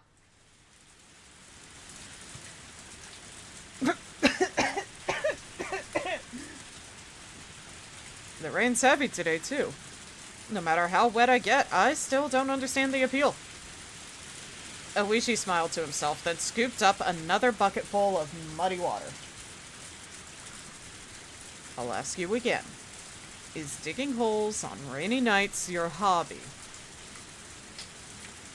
Who the hell would have a hobby like that? Splash. I assume. Yes. Splash. Oishi hit me with another bucket full of muddy water. The pebbles in it stung. Will there be something in that hole? I've always liked that story, you know. About the old man who could make plants bloom and the puppy digging in his yard for gold. As he spoke, he ran the bucket through the muddy water again. To splash it in my face again. What kind of treasure is buried down there? Can't you at least give me a hint? I'm not laughing. If you want to know, then dig on your own time. You fucking pig! It's like he detected you thinking that. I wasn't saying that out loud. Well, granted, you do, apparently, according to your friends, have a face that reads your exact thoughts with uncanny clarity. Like, literally the exact opposite of a poker face. But I wasn't saying that out loud, but Oishi mercilessly drenched me in muddy water again anyway. Shit. If only you hadn't shown up, the world wouldn't have gone wrong. I'm so writing your name in the death note! Ever since you showed up, things have been strange. Satoko got abused by her uncle. I ended up killing him. And the world went crazy. He was how it all began. Because of this culprit. Splash. He splashed another bucket of mud in my face. My insides were seething with anger. Die. You die too. If I have some strange power to kill someone by cursing them, like with Takano-san, then you're dead. And it won't be Oyashiro-sama's curse, it'll be mine. I'll curse you and kill you. What a rebellious look you're wearing. Why don't we use this opportunity to teach you a thing or two in that regard? We really do live in peace these days. When I was about your age, corporal punishment was the norm for everything. Oishi-san? Sorry. One of the digging men. So that was not like a Angie Oishi-san. That was Oishi-san. One of the men digging in raincoats wiped some sweat off and called Oishi over. Oishi tossed the bucket away, then turned around with an evil grin on his face. Yes, what is it? Please, look at this. Acceptance, or maybe resignation. I wanted to say to them, so you blockheads finally found it. Yeah, that's right. I'm the one who killed him. But you're the police, so it's your own job to figure out who he is, right? Come on, prove to me that he's really Satoko's uncle. What on earth? We think it's an old drain pipe? Huh? It seems to be connected to the irrigation channel over there. Let's smash the thing. It's not being used, is it? The men all exchanged glances, then hesitantly broached another topic. Oishi-san? The ground here is pretty hard. I don't think anything could be deeper than this. Did we get the location wrong? No, at first it felt like the place had been dug up before. But after digging so far, the ground suddenly hardened. We think we've gone down further than the hole was originally dug. So, what does that mean? There was a hole here, and someone filled it back up? What if it was Takano, I swear to Christ? Is that what you're trying to tell me? What? What are they talking about? Well, I'm at a loss. Aren't you? Maibara-san. Oishi grabbed my collar and dragged me to the hole they dug. The huge hole they dug. The mud inside was like an ocean, and I couldn't see any drain pipe down there. One of the men stirred it with a shovel, letting me hear it clang against something hard. There was no doubt I'd buried him right here. But I hadn't buried him this deep. I didn't dig deep enough to unearth an entire drain pipe.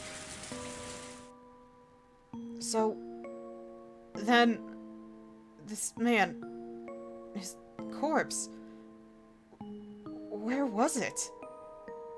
Proof that I'd been successful on that night was gone. Gone. Then, what on earth was I? Was I actually crazy after all? And just possessed by the delusion that I'd killed someone? That couldn't be. It was the unmistakable truth. It couldn't have been a hallucination. But now, the most important evidence that it hadn't been an illusion was gone. I killed him. I buried him. I had absolute, unwavering confidence in that fact. Then, did I fail to kill him? The bat is still missing? Well, he did throw it into a swamp that's supposedly bottomless, so, odds of recovering that bat is... Yeah, the bat is still missing, but it's like, I'm wondering if we can even recover that at all to see if it... You know, because it was dented up a bit from the beatings, apparently, so... The motorcycle? Maybe? Maybe the motorcycle in this that he threw in there too? I don't know. Yeah, the motorcycle's in there too. We'll have to see. Well, I don't know. I don't know. I'm trying to figure this out now too. I'm like, oh my god. What is reality? After I left here, had he started breathing again? Crawled out and gone back to Satoko's house? Was that it? I don't know about that though, because, like, the doctor said, like, he'd have to hold his breath for like half an hour within that hole and waited for you to leave. Like, I don't think he, and it's like, that would have been impossible. Like, what the fuck? I had come here to see whether he had a tattoo or not. And yet, the truth I unearthed was far more than that. Yesterday, what was I killed him. I buried him. There was no doubt. But for some reason, he lived and crawled back out? That was impossible too. I'm so tired of hearing the word impossible over and over. I get it. I get it. Dead people don't like to play by the rules here in Hinamizawa. And I'll kill you as many times as I need to. I'll keep killing you until you never show your face to Satoko again. Oishi and the others were muttering to each other. Eventually, their conversation ended and Oishi came towards me. What did he want to say? What did he want to do? I stiffened, tensing up, and then Oishi just ignored me like I wasn't even there and passed right by me. The other men, too. They ignored me and shuffled away. Eventually, there was no longer a sign that anyone was around, and I returned to my quiet world of silhouettes.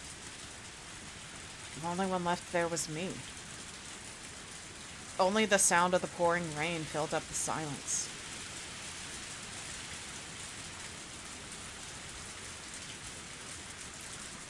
We finally have the cut in. That was so long. I'm gonna be surprised if they're like if it actually continues. I'm not gonna lie.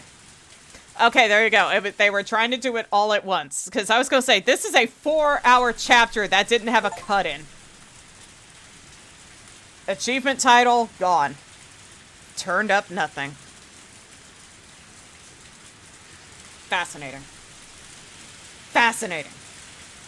Hold on. Turned up nothing.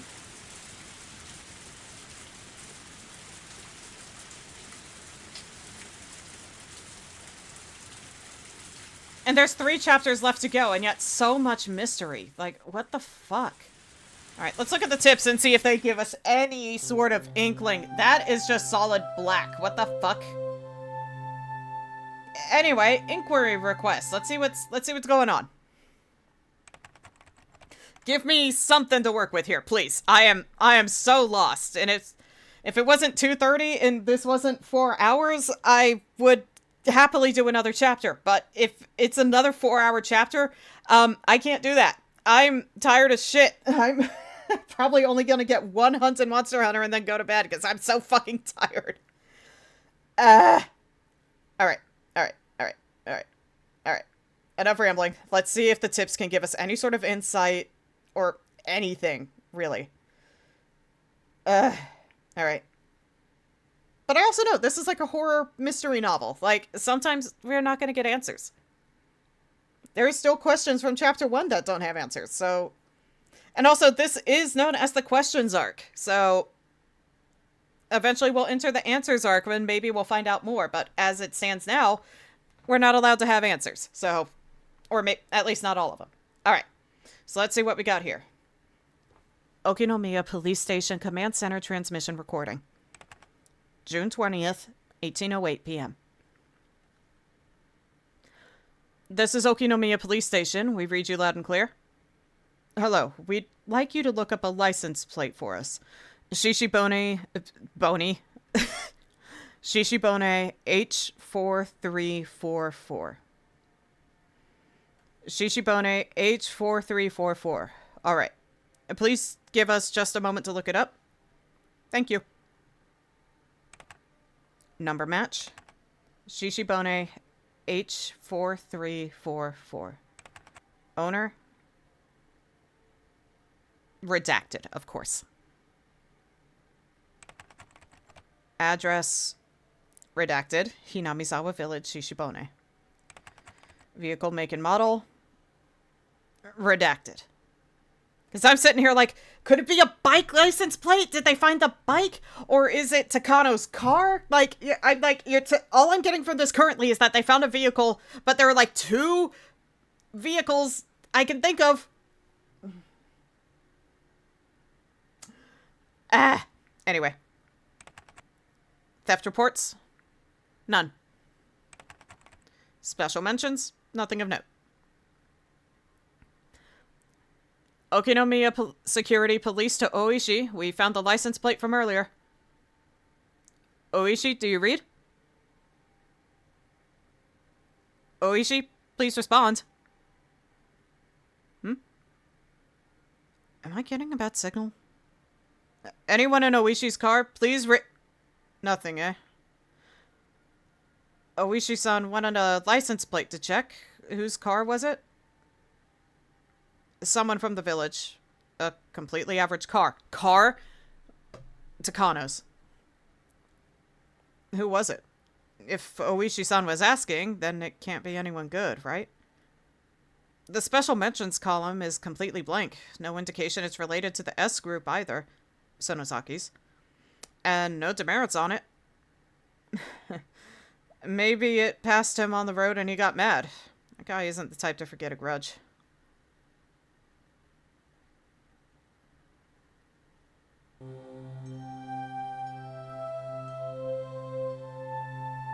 What happened to Oishi there?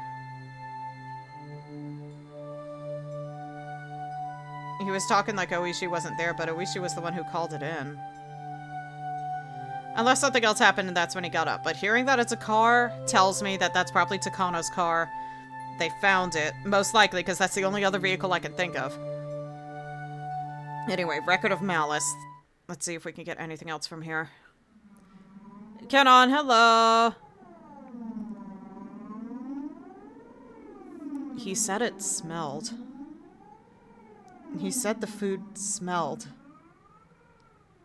He said it smelled because I smelled. He said I smelled because I don't take baths. He said to take a bath 3 times a day because I was a smelly person.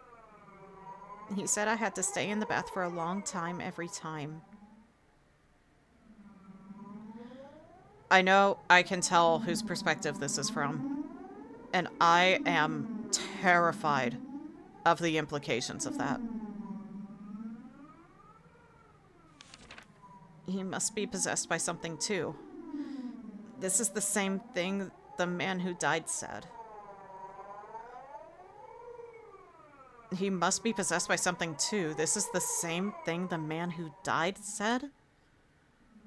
Why does he know what that man said before? That much is obvious. The same thing that possessed that man is now possessing him. Can't a sudden earthquake make a big hole in front of the house? If it did, he would definitely go and look into it. And then I just have to push him in. I won't give in until I get that chance. I won't give in. I won't cry. I won't give in. I won't cry. Someone is apologizing again.